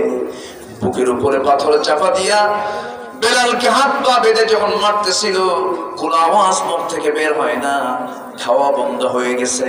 কিন্তু বেলালের মুখ থেকে একটাই কথা বের হয়, সবাই বলুন, কুল হুয়াল্লাহু আহাদ আল্লাহুস সামাদ লাম ইয়ালিদ ওয়া লাম ইউলাদ ওয়া লাম ইয়াকুল লাহু কুফুয়ান আহাদ। জোরে বলুন আল্লাহু আকবার। সঙ্গে সঙ্গে উমাইয়া করলো কি, তার মুখের আওয়াজ বন্ধ হয় না। এবারে বলতেছে, বেলাল, তোর মুখের আওয়াজ বন্ধ করে দেব। বাবলা গাছ থেকে কাঁটা পেরে নিয়া, সেই কাঁটাটা হাতের মধ্যে নিয়া, বাম হাত মুখের মধ্যে ঢুকায় দিয়া জিহ্বা টান মেরে বের করে, জিহ্বার ভিতরে বাবলা গাছের কাঁটা জোর করে ঢুকায় দিয়া ফিঙ্কি দিয়ে রক্ত বের হয়ে যাচ্ছে। মনে হচ্ছে, বেলাল, জিহ্বা বন্ধ করে দিলাম, তুই আল্লাহর জিকির করবি কেমনে। সঙ্গে সঙ্গে বেলাল তার সামনে নখ একটা উঁচু করে, 7 আঙ্গুল উঁচু করে বলতেছে, বেলাল, এই যে নখটা উঁচু করে দেখায় দিল, ও আমার মনিব, সব তুই আমার বন্ধ করবি, কিন্তু আমার দিলের মধ্যে আমার আল্লাহর নাম তুই মুছায়া দিতে পারবি না রে। আমার ভাইরা, নবীর কাছে সংবাদ চলে গেছে। নবীজি আমার জানতে পারলেন, রাসূল বললেন, আমার আবু বকর, আল্লাহ তোমাকে প্রচুর সম্পত্তি দান করেছেন, যাও যাও বেলালকে মুক্ত করে আনো, তোমার তো প্রচুর সম্পদ আছে, তোমরা যদি বেলালকে মুক্ত করে আনো, আল্লাহ তোমাকে জান্নাত দিয়ে দিবেন। সাইয়েদনা বেলাল রক্তাক্ত হয়ে অবস্থায় পড়ে আছেন। আবু বকর সিদ্দিক রাদিয়াল্লাহু তাআলা সেই জায়গা থেকে তিনি দৌড় মেরে চলে গেলেন। উমাইয়ার সামনে দাঁড়িয়ে বলেন, উমাইয়া রে, তোর কত সম্পদ লাগবে, এই যে স্বর্ণ মুদ্রা তোকে দিয়ে দিলাম, বেলালকে মুক্ত করে দে। বেলালকে মুক্ত করে নবীর সামনে হাজির করায় দিলেন। আমার নবীজি বেলালকে দেখে কান্না ফেটে পড়লেন, চোখের কোনা বেয়ে বেয়ে টপ টপ করে পানি পড়ছে। রাসূল বলছেন, বেলাল, কেঁদো না, কেঁদো না, তোমার দেহ থেকে যখন এই জমিনে রক্ত ঝরেছে, বেলাল, বেশি দিন লাগবে না, এই জমিনে আল্লাহর দ্বীন কায়েম হয়ে যাবে। পরীক্ষা দেওয়ার দরকার আছে না নাই? আসতে বলবেন না, আছে না নাই? আছে। একই কালেমার দাওয়াত দিয়ে কেউ সরকারি বেতন পায়, অনেক সুযোগ সুবিধা পায়, আবার একই কালেমার দাওয়াত দিয়ে অনেকের জেলখানার খাবার খেতে হয়। আসতে বলবেন না, আছে না নাই? আসতে বলবেন না, আছে না নাই? আমার ভাইয়েরা, আমার বন্ধুগণ, এই পৃথিবীতে যারাই ইমানের উপরে টিকে থাকতে চেয়েছেন তার কারো জীবন কুসুমস্তীর্ণ ছিল না। আবু হানিফার নাম কে না জানেন? আবু হানিফা রাহমাতুল্লাহ আলাইহির মৃত্যুটা বিছানায় হয়েছে না জেলখানায় হয়েছে? ইবনে তাইমিয়ার মৃত্যুটা বিছানায় হয়েছে না জেলখানায় হয়েছে? আমার ভাইয়েরা, আবু হানিফার নাম কে না জানেন? আবু হানিফা রাহমাতুল্লাহ আলাইহি যখন তৎকালীন একজন জালিম বাদশা ছিল, বাদশা মনসুর বলে ফেলল, আবু হানিফা, আমি তোমাকে আমার দেশের শ্রেষ্ঠ বিচারপতির পদ তোমাকে দিয়ে দিব, তুমি নেবে নাকি? আবু হানিফা বললেন, তোর মতো জালিম শাসকের অধীনে বিচার করার ক্ষমতা আমার নাই, আমি সঠিক বিচার করতে পারবো না। বাদশা মনসুর বলল, ঠিক মতো চিন্তা করে কথা বলো, নচেত সমস্যা আছে। আবু হানিফা বললেন, সমস্যা তো একটাই, মরে যাব, কিন্তু কারোর সামনে মাথা নত করবো না। জেলখানায় ঢুকায় দিল। এরকম চিত্র এখনো আছে না নাই? আসতে বলবেন না, আছে না নাই? ঢুকায় দিল আবু হানিফাকে জেলখানার ভিতরে। জেলখানায় নিয়ে টর্চার করতে করতে, মারতে মারতে পিঠের চামড়া পর্যন্ত তুলে দেওয়া হলো, খাবার বন্ধ করে দেওয়া হলো। তার বৃদ্ধা মাকে ধরে আনা হলো। বৃদ্ধা মাকে ধরে এনে মার চোখের সামনে চাবুক দিয়ে পিটায় আবু হানিফাকে। মার চোখে পানি পড়ে। মার চোখের পানি দেখি ইমাম আবু হানিফা মনে মনে চিন্তা করছেন, হারে বুড়া মানুষ, কষ্ট হয়ে যাচ্ছে, আমার মার এত কষ্ট, এতগুলো কষ্ট আমি কেমন করে সহ্য করব? এমত অবস্থায় মা মনে মনে চিন্তা করতেছেন, হারে আমার সন্তানটার কষ্ট হচ্ছে, না জানি সে কষ্ট সহ্য করতে পারে কিনা। এমত অবস্থায় তার মা বলছে, আমার বাঁচান আবু হানিফা, তুই আমার দিকে তাকায় তুই কি চিন্তা করিস? আমার চোখের পানি দেখে তুই ভয় পাবি না? আমার চোখের পানি, তোর অত্যাচার দেখে আমার চোখ দিয়ে পানি বের হচ্ছে না। আমি তোর মা, আমার চোখ দিয়ে পানি বের হওয়ার কারণ হলো আমি আশঙ্কা করছি তোর প্রতি যে জুলুম করা হচ্ছে, না জেনে তুই জুলুম সহ্য না করতে পারে জালিম বাদশার তুই কখন কথাগুলো মেনে নেস, ইমানটা হারা হয়ে যাস। আমি এটা চাই না।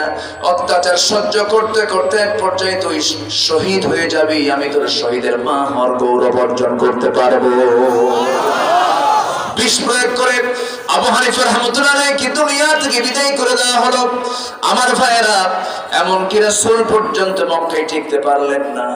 আবু বকর রাদিয়াল্লাহু তাআলা আনহু একদিন নামাজের জন্য কাবার চত্বরে তিনি দাঁড়িয়ে নামাজ পড়তেছিলেন। এমন সময় আবু বকর সিদ্দিক রাদিয়াল্লাহু তাআলা যখন নামাজে দাঁড়িয়েছেন, নামাজে রুকুতে চলে গেছেন, সিজদায় যখন চলে গেছেন, সিজদায় যাওয়ার সঙ্গে সঙ্গে ওই কুরাইশ নেতা উতবা সাইবা মুগীরা সব মিলে আবু বকরের ঘাড়ের উপরে পা চাপায় দিয়েছে, জমিনে ফেলে দিয়া নাকের উপরে খড়ম জুতা চাপায় দিয়া নাকটা পচা করে দিয়েছে।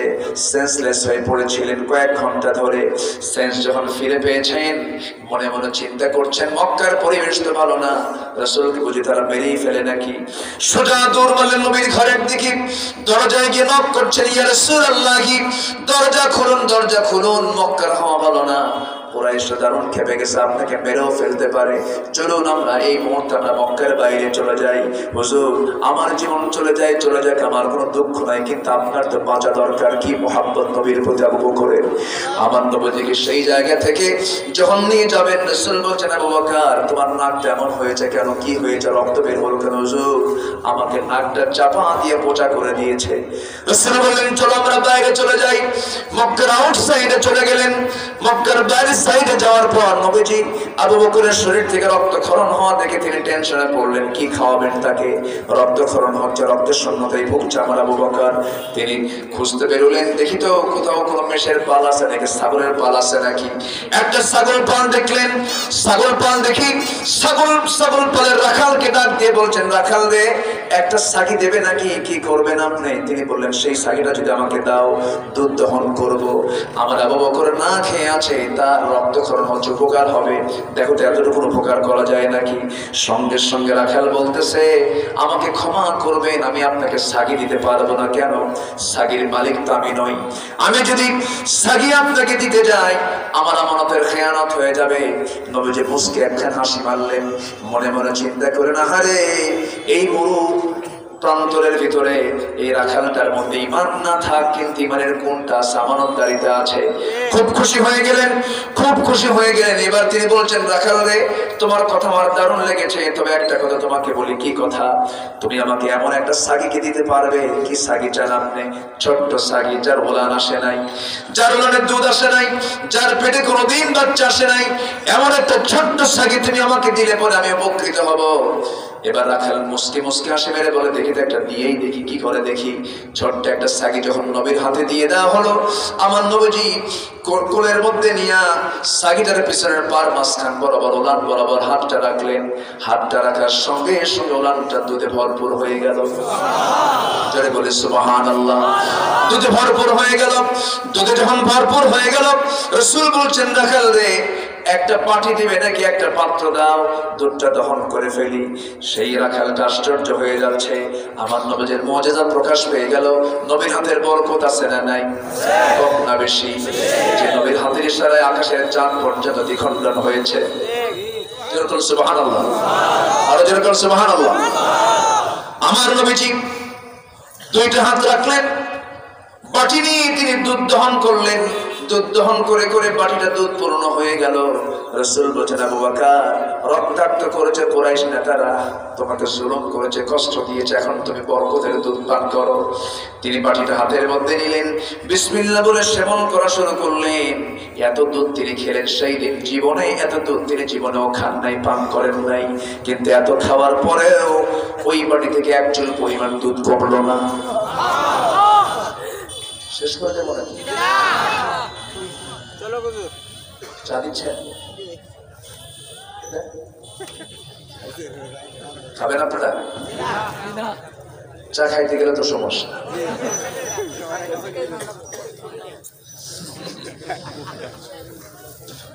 আচ্ছা, আপনাদের লক্ষণ তো ভালো মনে হচ্ছে না। বাড়ি যাবেন না আপনারা? থাকবেন? থেকে যাবেন? বলি আলহামদুলিল্লাহ, জোরে বলি আলহামদুলিল্লাহ। আমার নবীজি বললেন, আবু বকর, দুধ খাইছো? খাইছে। খাইলাম তো হুজুর, কিন্তু দুধ তো কমে না। রাসূল বলেন, এই দুধ তোমরা কেউ কমাতে পারবে না, আরো যদি কিছু লোক আসে তাও কমবে না। রাখাল, তুমিও খাও। রাখালও খাওয়া শুরু করে দিল। সে খাইতে খাইতে পেটের চামড়া টাইট হয়ে গেছে। এত পরিমাণ দুধ খাওয়ার পরও তার দুধের বাটি থেকে দুধ কমে না। রাসূল বলেন, সাহাবী আবু বকর রে, বাটিটা আমার হাতে দিয়ে দাও। নবীজি হাতে বাটি নিয়ে নিলেন, সুন্দর করে পান করলেন। বাটি সম্পূর্ণ ফাঁকা হয়ে গেল। নবীজি সারা জীবন আগে খেয়েছেন, আগে খাইছেন না পরে খাইছেন? আগে খেয়েছেন না আগে খাওয়াইছেন? আগে খাওয়াইছেন, এরপরে তিনি খেয়েছেন।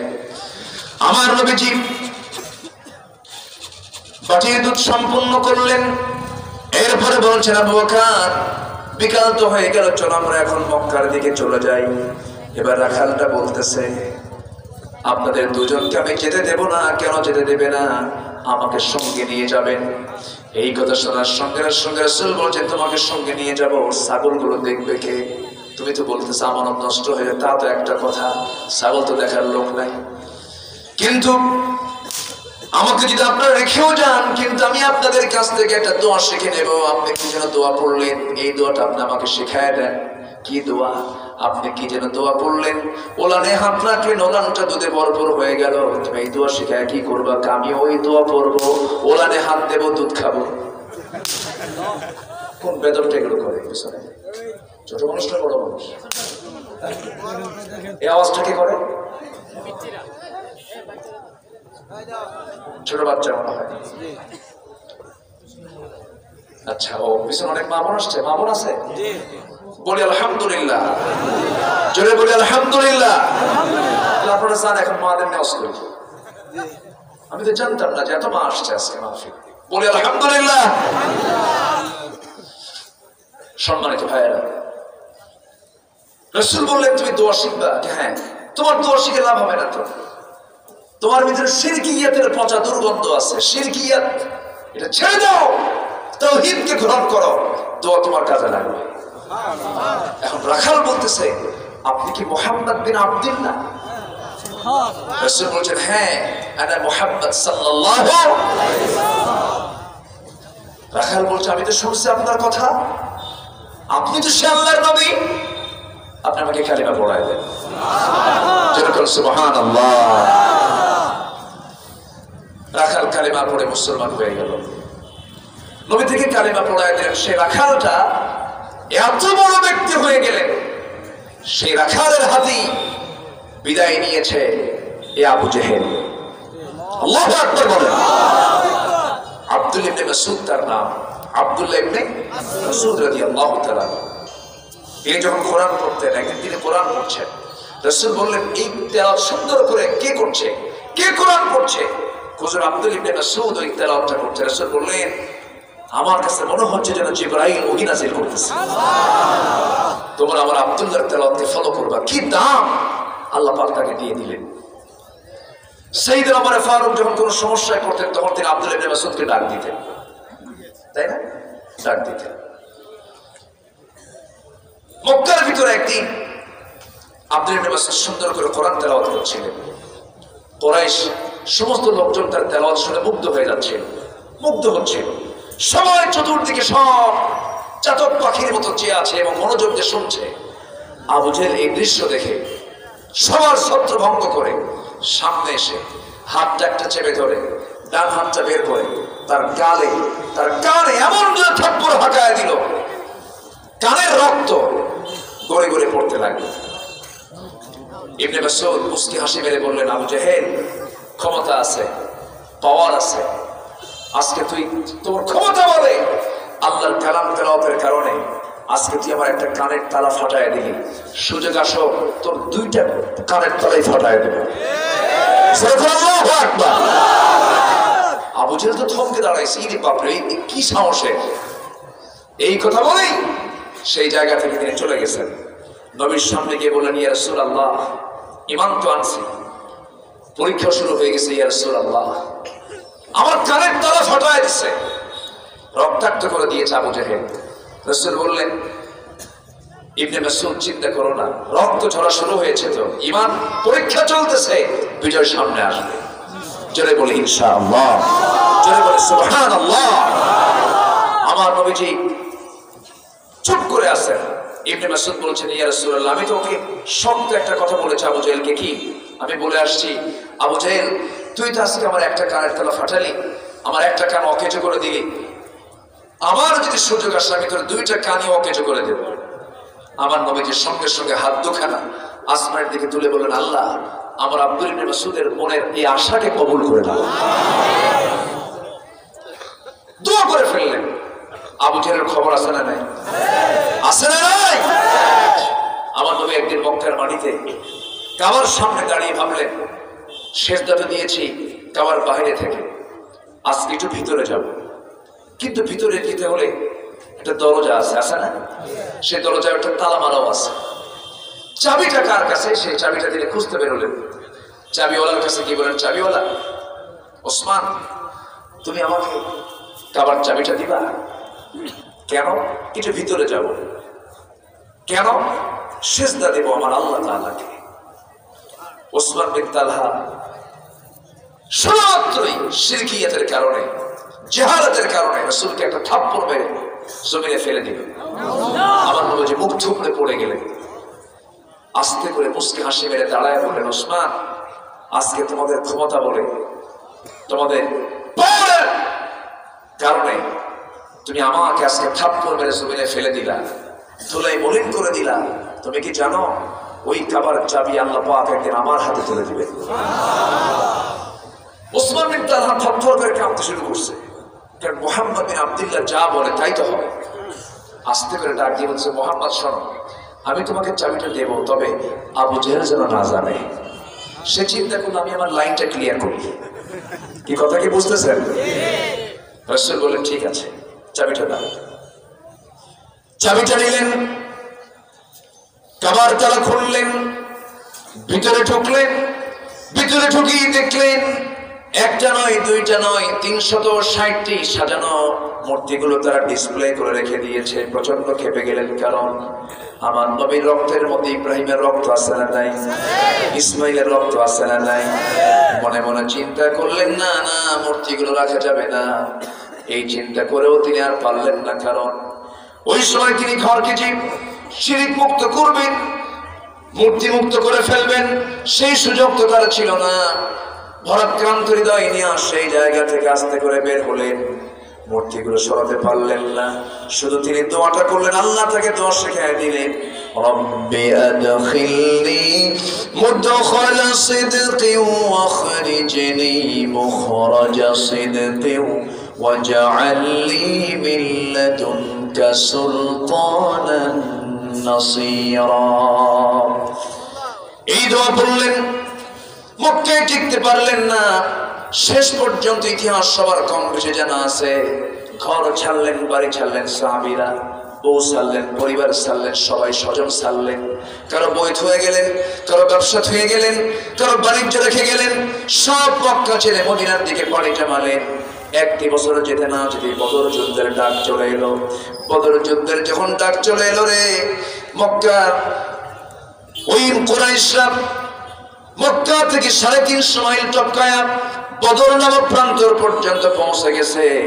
আমার নবীর কাছে সংবাদ চলে গেল, সাহাবীরা রোজা রেখেছেন 16টা। কয়টা রোজা রাখছেন বলেন? 16টা রোজা রেখে দিয়েছেন।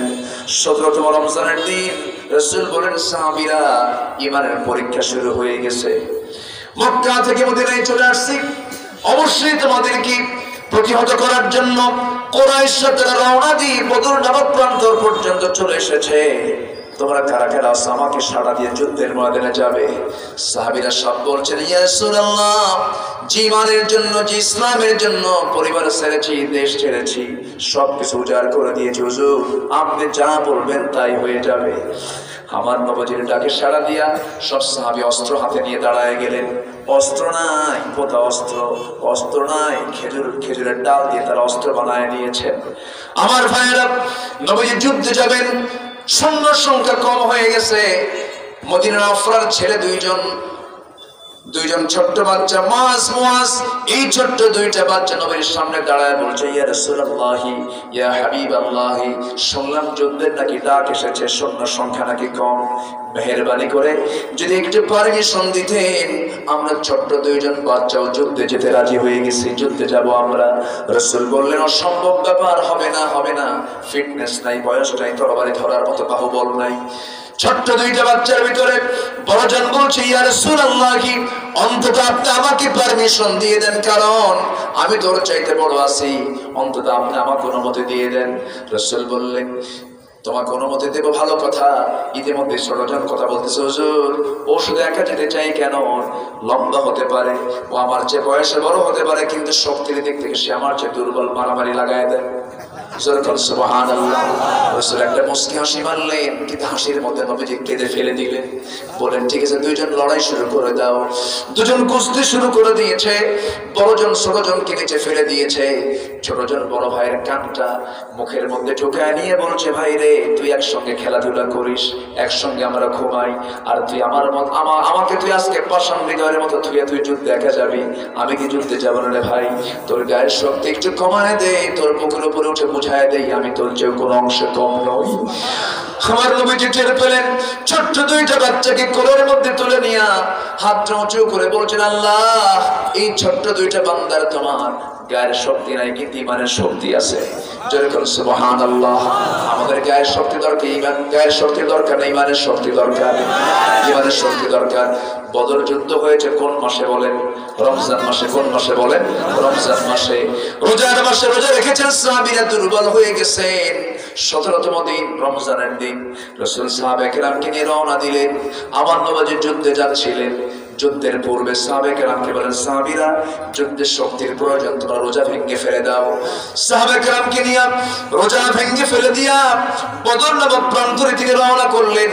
যুদ্ধের ময়দানে হাজির হয়ে গেলেন।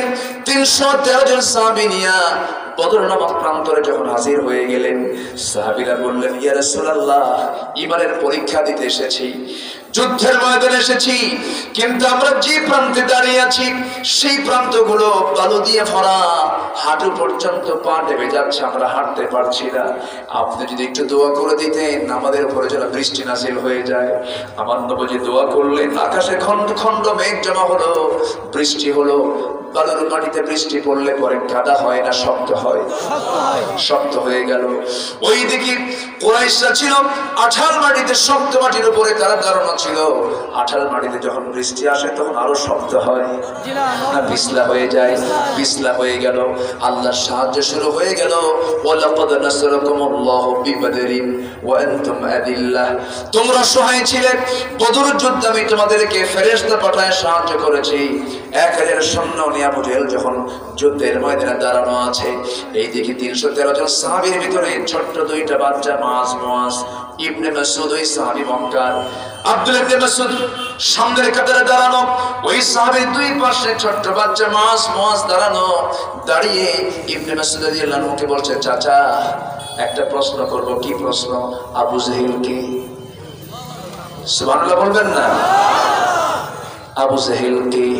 ইবনে মাসউদ থমকে দাঁড়াইছে, আমিও তো খুঁজি ওরে। কথা বোঝেন নাই? মক্কায় থাপ্পড় মারছিল কে? কাকে থাপ্পড় মারছিল? ইবনে মাসউদকে। তিনিও তো খুঁজতেছেন, যে অনুসন্ধান করছে তাকে আবার বলতেছে, চাচা আবু জেহেল কে? কি করবা? আগে দেখায় দেন। ওই যে ঘোড়ার পিঠে বসে আছে, চতুর্দিকে সৈন্য তাকে পাহারা দিচ্ছে, কুরাইশরা তাকে পাহারা দিচ্ছে, ওটাই হলো কাফেরদের নেতা, কুরাইশদের নেতা আবু জেহেল। সঙ্গে সঙ্গে ছোট্ট দুইটা বাচ্চা বলতেছে, ও চাচা আর কিচ্ছু বলতে হবে না, আমরা বাকিটা দেখে নিচ্ছি। কি দেখে নিবা? বলতেছে, আমরা শুনেছি এই লোকটা নাকি রাসূলকে দারুণ কষ্ট দিয়েছে, রাসূলকে নাকি জুলুম করেছে, রাসূলকে নাকি অত্যাচার করেছে, রাসূলকে নাকি ঘাড় ধাক্কা দিয়ে তার ঘর থেকে বের করে দিয়েছে, আমরা ওকে মেরে ফেলবো। আমার ভাইয়েরা, এই ছোট্ট দুইটা বাচ্চা এমন তেজোদ্দীপ্ত কথা বলেই সিংহের মতো গর্জন দিয়া, বাস পাখির মতো উড়ন্ত হয়ে, ঈমানের পরীক্ষায় অগ্নি পরীক্ষা উত্তীর্ণ হয়ে দৌড়ে ঝাঁপিয়ে পড়েছে। আবু জেহেল ওই শিবিরের মধ্যে ঢুকে গেছে, চিনতে পারছেন এটা কোন গ্রুপের মানুষ। তাদের মধ্যে মিশে গিয়া ছোট্ট তরবারি নিয়া আবু জেহেলের দুই পাশে দাঁড়ায় গেছে দুই বাচ্চা। যখন হঠাৎ করে বড় ভাই ইঙ্গিত দিল, ভাই শুরু করে দে, হামলা শুরু করে দে, আল্লাহু আকবার বলে দুইজন একসঙ্গে 100 জোড়া আঘাত করেছে দুই পায়ে। আবু জেহেল ঘোড়ার পিঠ থেকে ওই যে ধরাশয়ী হয়ে জমিনে পড়ে গেছে। আবু জেহেল কোমর সোজা করে আর দাঁড়াতে পারে নাই। আবু জেহেল ওই যে দুনিয়া থেকে বিদায় নিয়েছে, আর কোমর সোজা করে দাঁড়াতে পারে নাই। বড় ভাই মুআজকে কুরাইশরা টার্গেট করে ফেললো তরবারি দিয়া। পিছন থেকে একজন এসে তার ডান হাতে মেরে দিয়েছে, এক আঘাতে তার ডান হাতটা চামড়ার সঙ্গে ঝুলতেছে। তরবারি ঝনঝন করে পড়ে গেল। দৌড় মেরে গিয়া বাম হাতে তরবারি উঠায় নিলেন বড় ভাই। যুদ্ধ চালাতে লাগলেন, তরবারি চালাতে নিয়া ঝুলন্ত হাত ডান হাতটা এসে বাম হাতে ধাক্কা খায়। যুদ্ধ করতে কষ্ট হচ্ছে এটা মনে করে করলেন কি, ডান হাত ঝুলন্ত হাতটা বাম পায়ের নিচে রাখলেন, এক টান মারলেন, হাত ছিটকে পড়ে গেছে। বাম হাতে যুদ্ধ চালাচ্ছেন, বাম হাতটাও কেটে ফেলে দিয়েছে। তরবারি ঝনঝন করে পড়ে গেছে, তীরের মতো সামনে দাঁড়ায় আছে রে, আর পারলেন না। ঈমানের পরীক্ষায় তিনি বিজয়ী হলেন, কিন্তু দুনিয়া থেকে শহীদ হয়ে দুনিয়া থেকে বিদায় নিলেন। দুনিয়ার মানুষকে জানায় দিলেন, ও দুনিয়ার মানুষেরা, শুধু ঈমান এনেছে এই শব্দটা বললি তোরা নাজাত পাবি না। আল্লাহর জমিন, আল্লাহর দ্বীন কায়েমের জন্য জীবন কেমন করে দিতে হয় আমি আমি আমি তোদেরকে পরীক্ষা স্বরূপ তোদেরকে বাস্তব প্র্যাকটিক্যাল বুঝায় দিলাম। ও দুনিয়ার মানুষ, তোরা আমার ইতিহাস থেকে শিক্ষা নিয়ে নে। ছোট্ট দুইটা বাচ্চা, 13 বছরের 11 বছরের ফুটন্ত গোলাপ, আল্লাহর জমিনে তারা দ্বীন কায়েমের জন্য কেমন করে ঝাঁপিয়ে পড়েছেন। এই জন্য আমার বন্ধুগণ, আল্লাহর জমিনে দ্বীন কায়েমের জন্য জান-মাল সবাইকে কোরবান দিতে রাজি আছেন? সবাইকে রাজি আছেন? সবাইকে রাজি আছেন? রাজি আছেন কারা কারা? হাত উঁচু করে দেখা।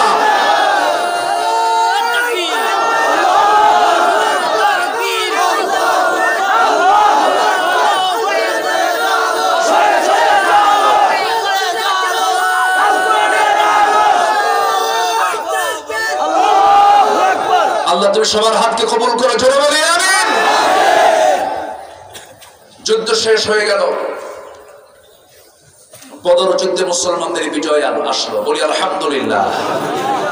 70 জন কাফের জাহান্নামে চলে গেল, 70 জন যুদ্ধবন্দী হলো। আবু জেহেল খতম, উতবা, শাইবা, মুগিরা, কাট্টা কাট্টা কাফের সব খতম। কোন মাসে?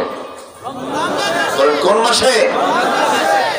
আর আমরা তো রমজান মাসে খাই বেশি। গড়ে ফেলেছে কোন মাসে বেশি খাওয়া হয়? ঠিক আছে না? রমজান মাস তো না খাওয়ার মাস, আর আমাদের রমজান মাস কি হয়েছে? খাওয়ার মাস।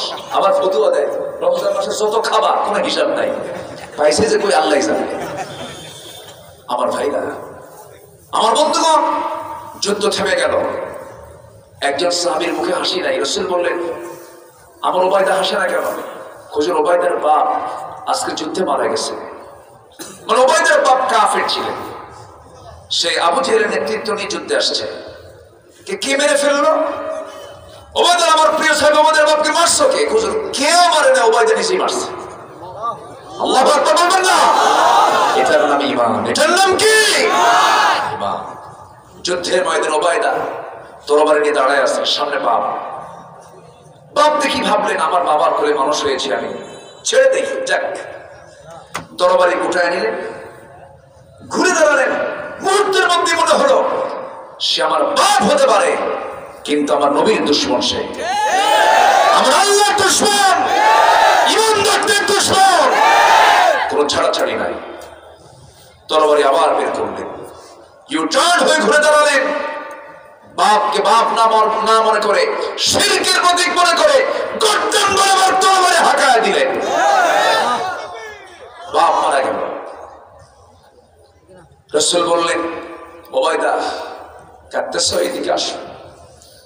বুকের মধ্যে জড়িয়ে ধরে বললেন, ওবায়দা, আজকে তুই জিহাদের ময়দানে যে ঈমানের পরীক্ষা দিলি, তোর জন্য আল্লাহর একটা জান্নাত আল্লাহ খুলে রেখে দিয়েছেন। আহাসিবান নাস আইয়ুতরাকু আন ইয়াকুলু আমান্না ওয়া হুম লা ইফতানুন। মানুষের ধারণা ঈমান এনেছি, বাপ থেকে ইসলাম পাইছি, ঈমান তো আনছি, আল্লাহ জান্নাত দেবে না? এত সস্তা জান্নাত নয়। জান্নাত পেতে হলে ওবায়দার মতো সিদ্ধান্ত নিতে হবে। জান্নাত পেতে হলে আব্দুল্লাহ বিন রাওয়াহার মতো সিদ্ধান্ত নিতে হবে। যুবকরা রাজি আছো? আল্লাহ কবুল করুন, জোরে বলি আমিন। যুদ্ধের ময়দানে বন্দী হলো 70 জন। কয়জন? এর মধ্যে আপন চাচাও একজন আছে। আপন নবীর আপন চাচা, নবীর আপন চাচা আব্বাস রাদিয়াল্লাহু তাআলা ইসলাম কবুল করেছেন পরে। এবং তার নিজের জামাই, বড় জামাই, জামাই তো 14 গোষ্ঠীর ঠাকুর, ঠিক আছে না? এলাকে কি বলে, এরকম বলে নাকি? আচ্ছা, জামাই তো জামাই, জামাইকে তো সম্মান, জামাইয়ের আদর তো থাকি।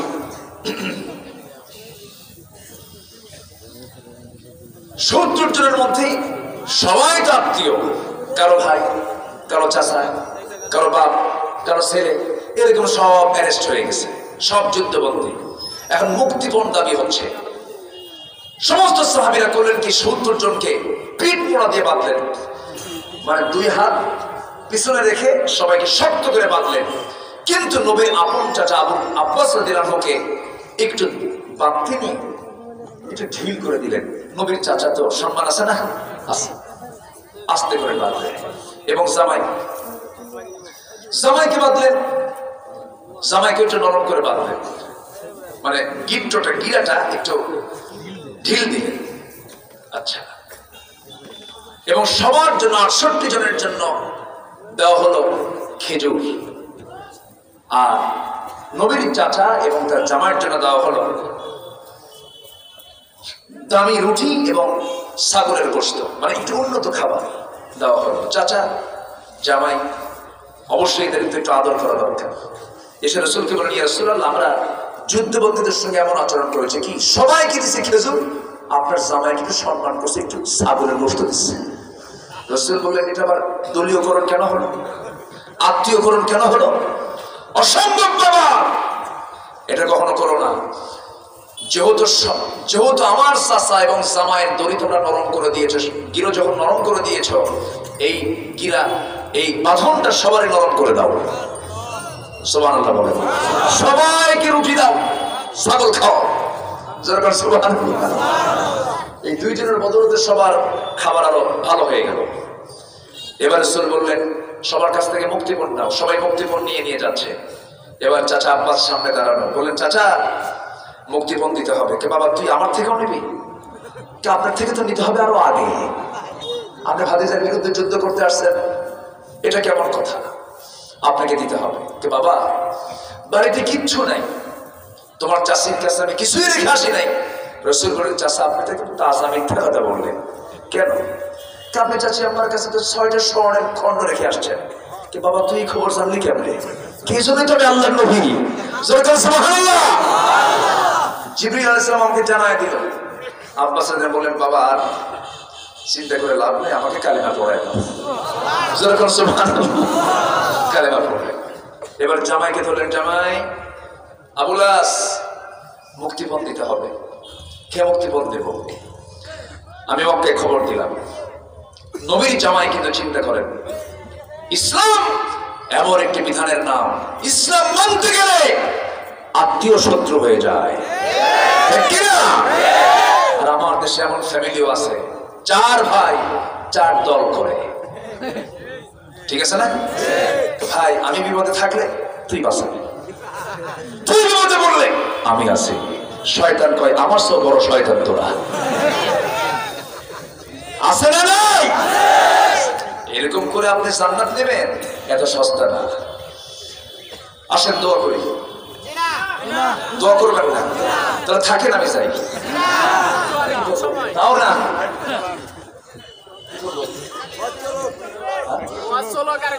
আলোচনা চলুক, চলুক, হুজুর মরুক। সবাই কি ঈশার নামাজ পড়েছি? ফজর পড়বেন?